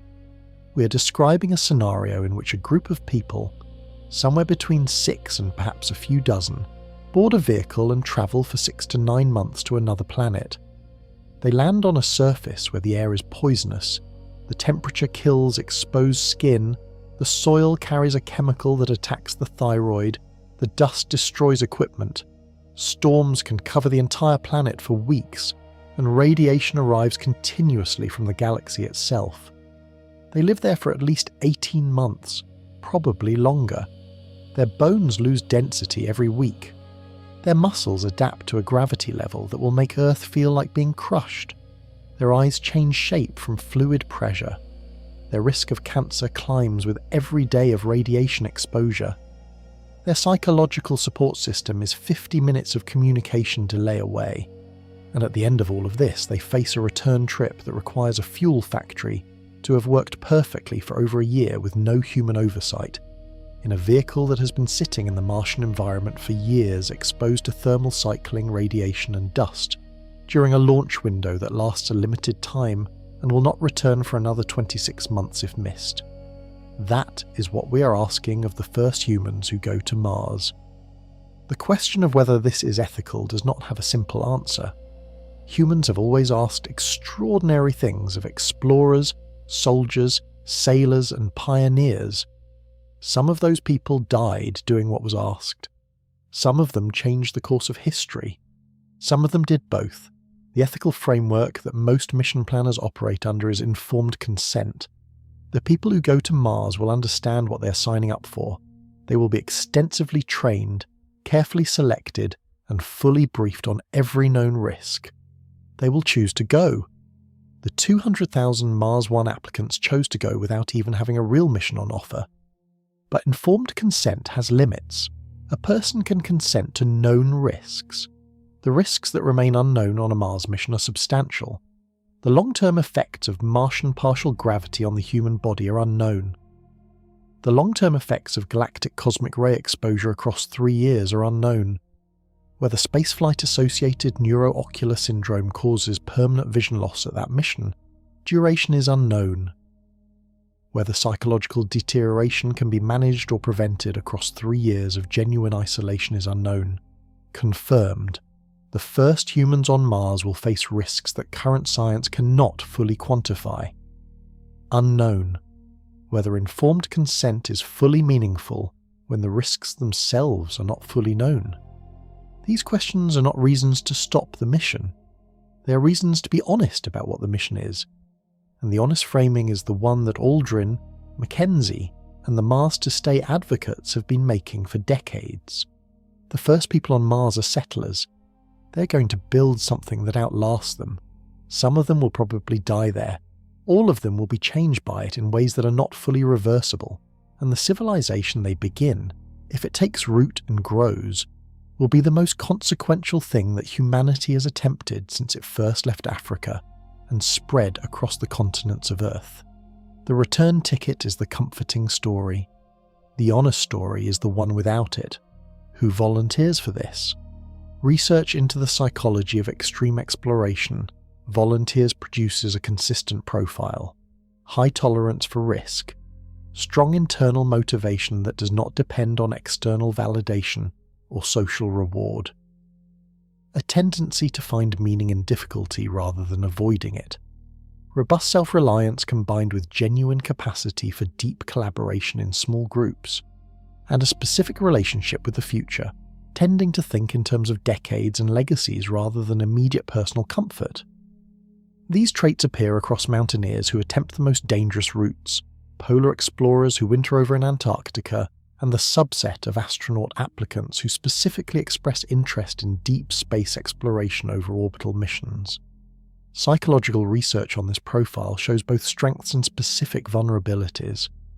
The same traits that make someone capable of tolerating extreme isolation and risk can make them resistant to acknowledging psychological deterioration when it begins. Self-reliance in a context where the only available help is 5 other people in a confined habitat is both a survival asset and a communication liability. The crew selection process for a Mars mission will be the most rigorous in the history of human spaceflight. Individual psychological fitness, resilience under prolonged stress, compatibility with specific other crew members, and the particular kind of forward-focused identity structure that Aldrin describes in his Pilgrim framing, all of these will be assessed, weighted, and used to build a group that has the best possible chance of staying functional across 3 years. Confirmed. NASA identifies crew psychology and behavioral health as one of the 5 primary hazards of deep space exploration and dedicates significant research resources to selection and support protocols. Theory that sufficiently careful selection and pre-mission psychological preparation can reduce behavioral health risks to acceptable levels across a 3-year Mars mission. The preparation will include extensive simulation time in analog environments. It will include training in conflict resolution, grief processing, and the specific psychological challenges of permanent separation from Earth. It will include relationship building between crew members over years before departure, so that by the time they land on Mars, the 6 people in the habitat are not colleagues, but something closer to the only family they have left. The crew that goes to Mars will be extraordinary. They will be selected from a pool that likely numbers in the hundreds of thousands, filtered through physical, cognitive, and psychological evaluations that eliminate almost everyone. The people who emerge from that process and who choose to go knowing everything described in this video will be among the most remarkable individuals in human history. They will also be ordinary people who miss home, who have parents aging on another planet, who wake up in the Martian night and listen to the sound of the habitat systems and feel the particular weight of a silence that contains no wind, no rain, no distant traffic, no sounds of other human lives being lived nearby. The mission selects for people who can carry that weight. It cannot guarantee that carrying it for 3 years leaves no mark.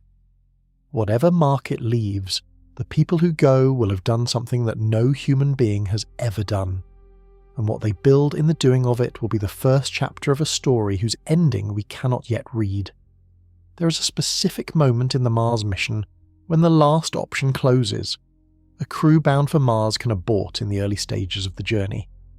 If something goes catastrophically wrong in the first weeks after leaving Earth orbit, a return trajectory exists. It burns a large amount of fuel and takes months, but it is physically possible.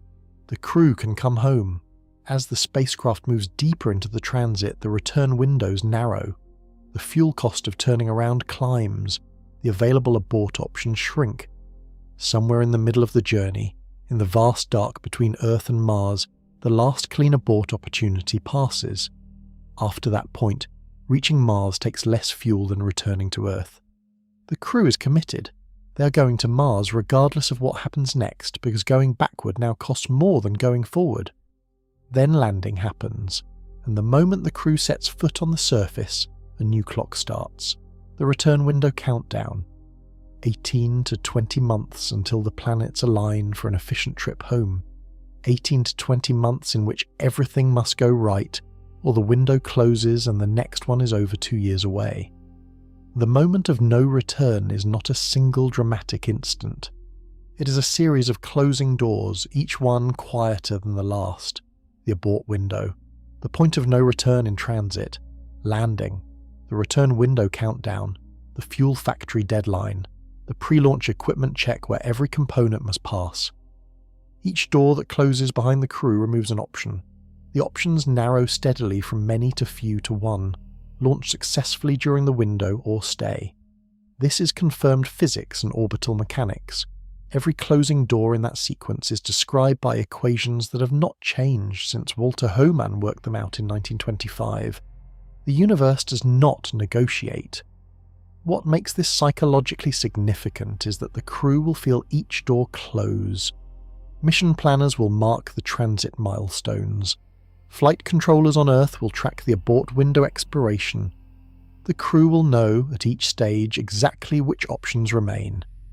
By the time the crew is on the Martian surface and the return window is 1.5 years away, the reality of their situation is fully resolved. They are there. The question is whether the machines work and whether the window opens and whether the body and mind have held together well enough to use it. Some researchers believe the moment of no return is psychologically damaging, that the progressive loss of options creates mounting anxiety that degrades performance. Others argue that the opposite is true, that commitment, once complete, removes uncertainty and allows the crew to focus entirely on the mission at hand. History supports the second view more than the first. Explorers who committed completely to their missions, who burned the boats, who accepted that turning around was simply not available, often performed better under pressure than those who maintained exit strategies. The exit strategy consumes psychological energy. Its absence can produce clarity. The crew that lands on Mars and accepts with full understanding that they are probably never coming home may perform the best science, build the best habit, and maintain the strongest team cohesion of any mission in which return was still being treated as a realistic near-term goal. Permanence, honestly accepted, might be the psychological preparation that makes Mars work, and the civilization those people build is where the story goes from here. The first habitats on Mars will be small, cramped, functional, pressurized containers brought from Earth or built by pre-positioned robotic systems, sized to keep a small crew alive and working, rather than to provide the kind of space a human being naturally needs to feel comfortable. The first years on Mars will be almost entirely occupied by survival, growing food, maintaining life support, running scientific research that justifies the cost of the mission, exercising to slow physical deterioration, managing equipment, processing communications from Earth, and maintaining the team's psychological cohesion through daily routines and structured social interaction. But if the mission is permanent, and if resupply missions follow on the 26-month launch window schedule, the infrastructure grows. Each arriving cargo mission brings more equipment, more supplies, more people. The settlement expands. Permanent structures replace temporary ones. Systems that initially required constant maintenance become reliable.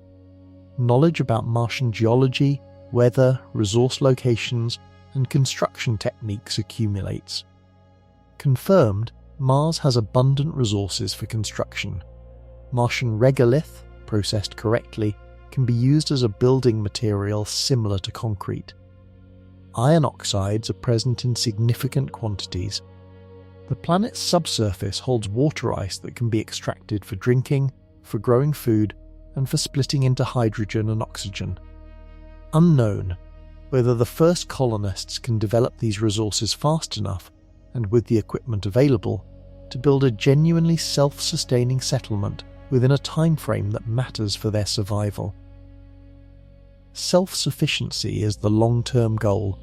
A Mars settlement that depends on Earth for critical supplies is permanently vulnerable to the 26-month launch window schedule. to political and economic decisions made by governments and companies on another planet, and to any disruption in the Earth-based infrastructure that supports the mission.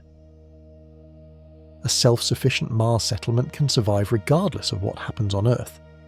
That is the scenario that some researchers, including Elon Musk and others building toward Mars missions, describe as the primary justification for colonization. Earth is a single point of failure for human civilization. Every extinction-level threat, asteroid impacts, engineered pandemics, runaway climate change, catastrophic geopolitical conflict, all of these exist as risks to humanity as long as humanity lives on one planet. A self-sufficient Mars settlement means that even if something catastrophic happens to Earth, humans survive somewhere. This is the argument for Mars colonization that goes beyond exploration and beyond scientific research.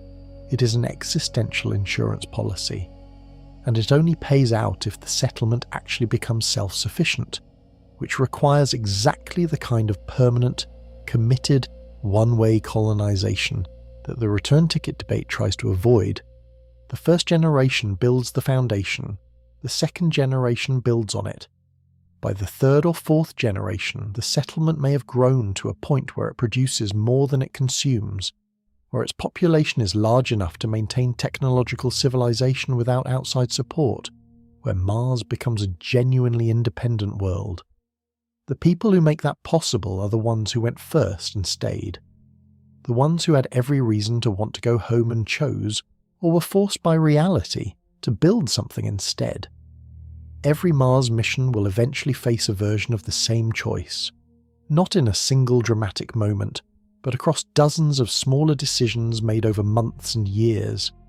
Do we allocate resources to maintaining a return option, or do we allocate them to building permanent infrastructure? Do we design the habitat to be easily dismantled and packed for departure, or do we build it to last decades? Do we bring the equipment for a return launch, or do we bring more food production capacity, more medical supplies, more scientific instruments, more construction materials? Every resource is finite. Every kilogram of mass sent from Earth costs an enormous amount of fuel and money. On a mission operating at the limits of what is physically and economically possible, every allocation choice is a trade-off, and every trade-off is a statement about what the mission actually is. A mission designed around a genuine return option allocates significant mass to return infrastructure. The return vehicle, the propellant factory, the backup systems for both, the supplies needed to sustain the crew through the return transit, the medical resources for re-entry and Earth rehabilitation. All of this mass is going to Mars and coming back with the crew, available for use on Earth after the mission. A mission designed around permanent settlement allocates that same mass to survival and growth on Mars. More food production equipment, more habitat construction materials, more medical supplies calibrated to long-term Mars living rather than acute return emergency. More scientific instruments for understanding the planet they are building their lives on. The mission's design encodes its philosophy, and the philosophy determines what the first humans on Mars actually experience and build. Some mission architects argue for hybrid approaches. Send a return vehicle as a backup, manufacture return fuel as a parallel project. Keep the option open while primarily investing in permanence. This costs more than a pure one-way mission, and less than a fully committed round-trip mission. It provides psychological comfort to the crew and to the public, without fully committing to either outcome. Whether the hybrid approach is psychologically coherent, whether maintaining a partial return option gives the crew the best of both frameworks, or the worst of both, is an unknown that only the people living it will be able to answer. What is clear is that the choice gets made by mission architects, by the agencies and companies funding the mission, by the governments that regulate it, and ultimately by the people who board the rocket. And once the choice is made, the mission reflects it in every detail, every day, from launch to landing to whatever comes after. The history of human exploration is full of people who left and never returned. Some of them died on the journey. Some established settlements that became cities and nations. Some disappeared and were never found. Some chose to stay in the places they reached because what they found was more compelling than what they left behind. The pattern is old. The specific conditions are new. What history does offer is evidence about what permanence does to the people who commit to it. The Polynesian navigators who sailed across the Pacific in open canoes, without instruments, guided by stars and ocean currents, reached islands thousands of miles from their origin. Many of them stayed. Their descendants built civilizations that lasted centuries. The islands they settled became home in the deepest sense, places where identity and belonging rooted themselves in the new geography rather than the old. The Polynesian example is not a perfect analogue for Mars. The islands had breathable air, liquid water, soil that grew food, and a gravitational field identical to the one the navigators were born in. Mars has none of these in accessible form. The challenges are incomparably harder, but the human dynamic, the psychology of leaving the known world behind and building a life in the unknown has precedence. And those precedents suggest that the people who committed fully, who stopped looking back, who invested their identity in the new place, built the most durable things. The ones who kept one foot in the old world while trying to establish themselves in the new one often struggled most. The divided commitment produced divided energy and unclear purpose. The ones who burned their metaphorical boats, who made peace with the fact that the crossing was one way, built faster and lasted longer. This is not a comfortable historical pattern. It sits uneasily with values about choice, about freedom of movement, about the right to change your mind. But it is a consistent one, drawn from cultures across human history in contexts far less extreme than Mars. The people who go to Mars in the 2030s will carry this history with them, whether they know it consciously or not. And the decisions they make about permanence will echo in ways that the historical record suggests are difficult to predict from the outside. What they build, if they build something that lasts, will be looked back on by people who were not yet born when the first rocket left. Those future people will ask what it took, what it cost, and whether it was worth it. The answer will live in the settlement itself, in its size, in its longevity, in whether the Martian-born generations flourish or struggle, in whether the thing the first colonists built with their one-way commitment to a hostile world became the foundation of something extraordinary. The mission to Mars is happening. The planning is past the conceptual stage. SpaceX is testing Starship, the rocket system designed to carry large numbers of people to Mars, with iterative launches working through the vehicle's engineering challenges. NASA is developing life support systems, radiation countermeasures, and mission architecture for crewed Mars operations. The agency is currently targeting the 2030s for the first crewed Mars landing, though specific dates shift with funding and technical progress.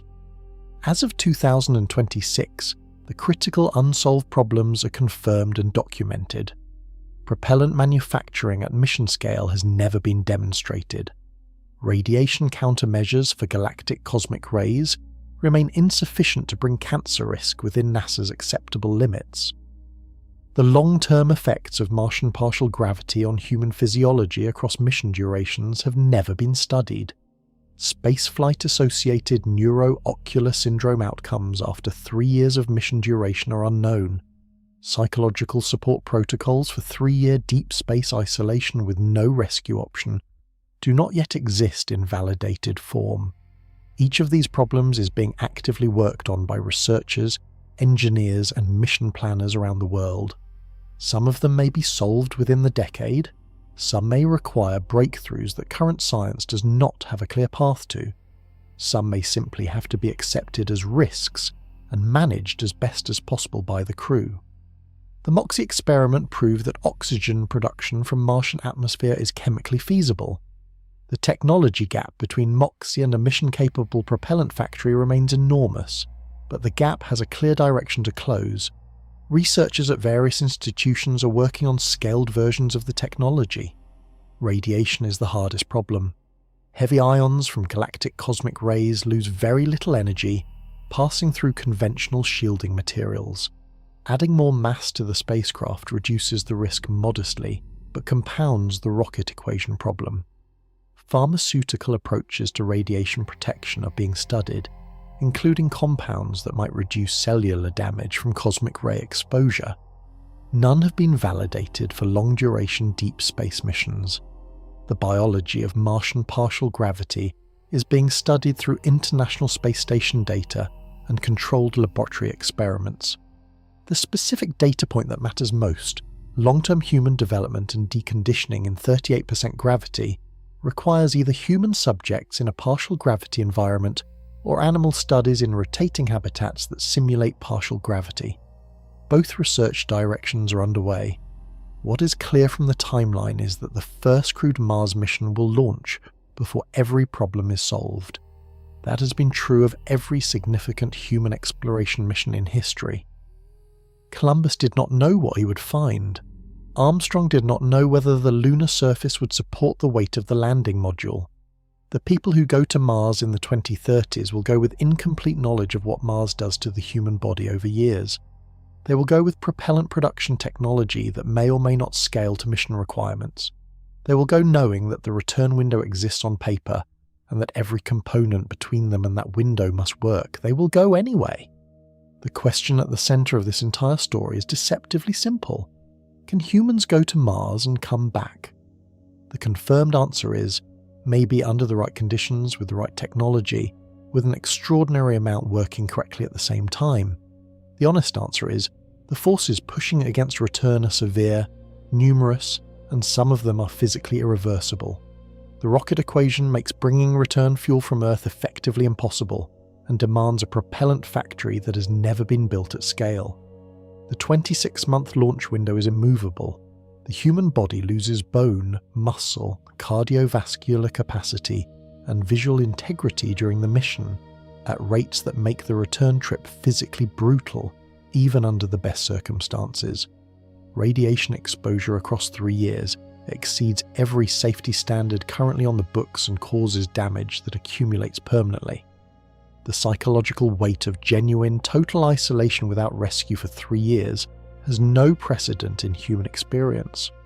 All of this is confirmed or strongly supported by current science. And yet, 200,000 people applied for a one-way ticket. Buzz Aldrin, who stood on another world and came home, says the people who go to Mars should make peace with permanence before they leave. Bruce Mackenzie built a formal philosophical framework arguing that one-way colonization is the honest and more effective path to the mission's actual goal. Children born on Mars will be, in a literal physiological sense, Martian. They will be the first humans whose home planet is not Earth. They will carry humanity's biology into a new environment and adapt it to new conditions, beginning a chapter of human evolution that has no historical precedent since the species first developed. If those children, and their children, build something durable, something that becomes truly self-sustaining across generations, then the first people who went and stayed, the ones who watched the return window close and kept working, will have done something that no other humans have ever done. They will have started a second branch of human civilization. The return ticket is a real engineering problem and a real biological obstacle, and a real economic constraint and a genuine unknown for the human mind. All of that is true, and the people who go knowing all of it, who go anyway with full information and clear eyes and a decision made before the rocket leaves the ground, are taking part in something that the species they belong to has always done. Humans leave.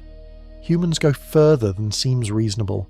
Humans build in places that were not built for them. Humans look at a hostile environment and ask not whether they can survive it, but what they can build inside it. Mars will test every version of that instinct. It will push back with physics and chemistry and biology and time. It will demand more than any environment humans have entered before, and some of them will go anyway. The first ones who do will look up from the Martian surface, past the orange sky, past the thin, poisoned air, past the dust that covers everything, and out toward a pale blue point of light moving slowly through the dark. They will know what it is.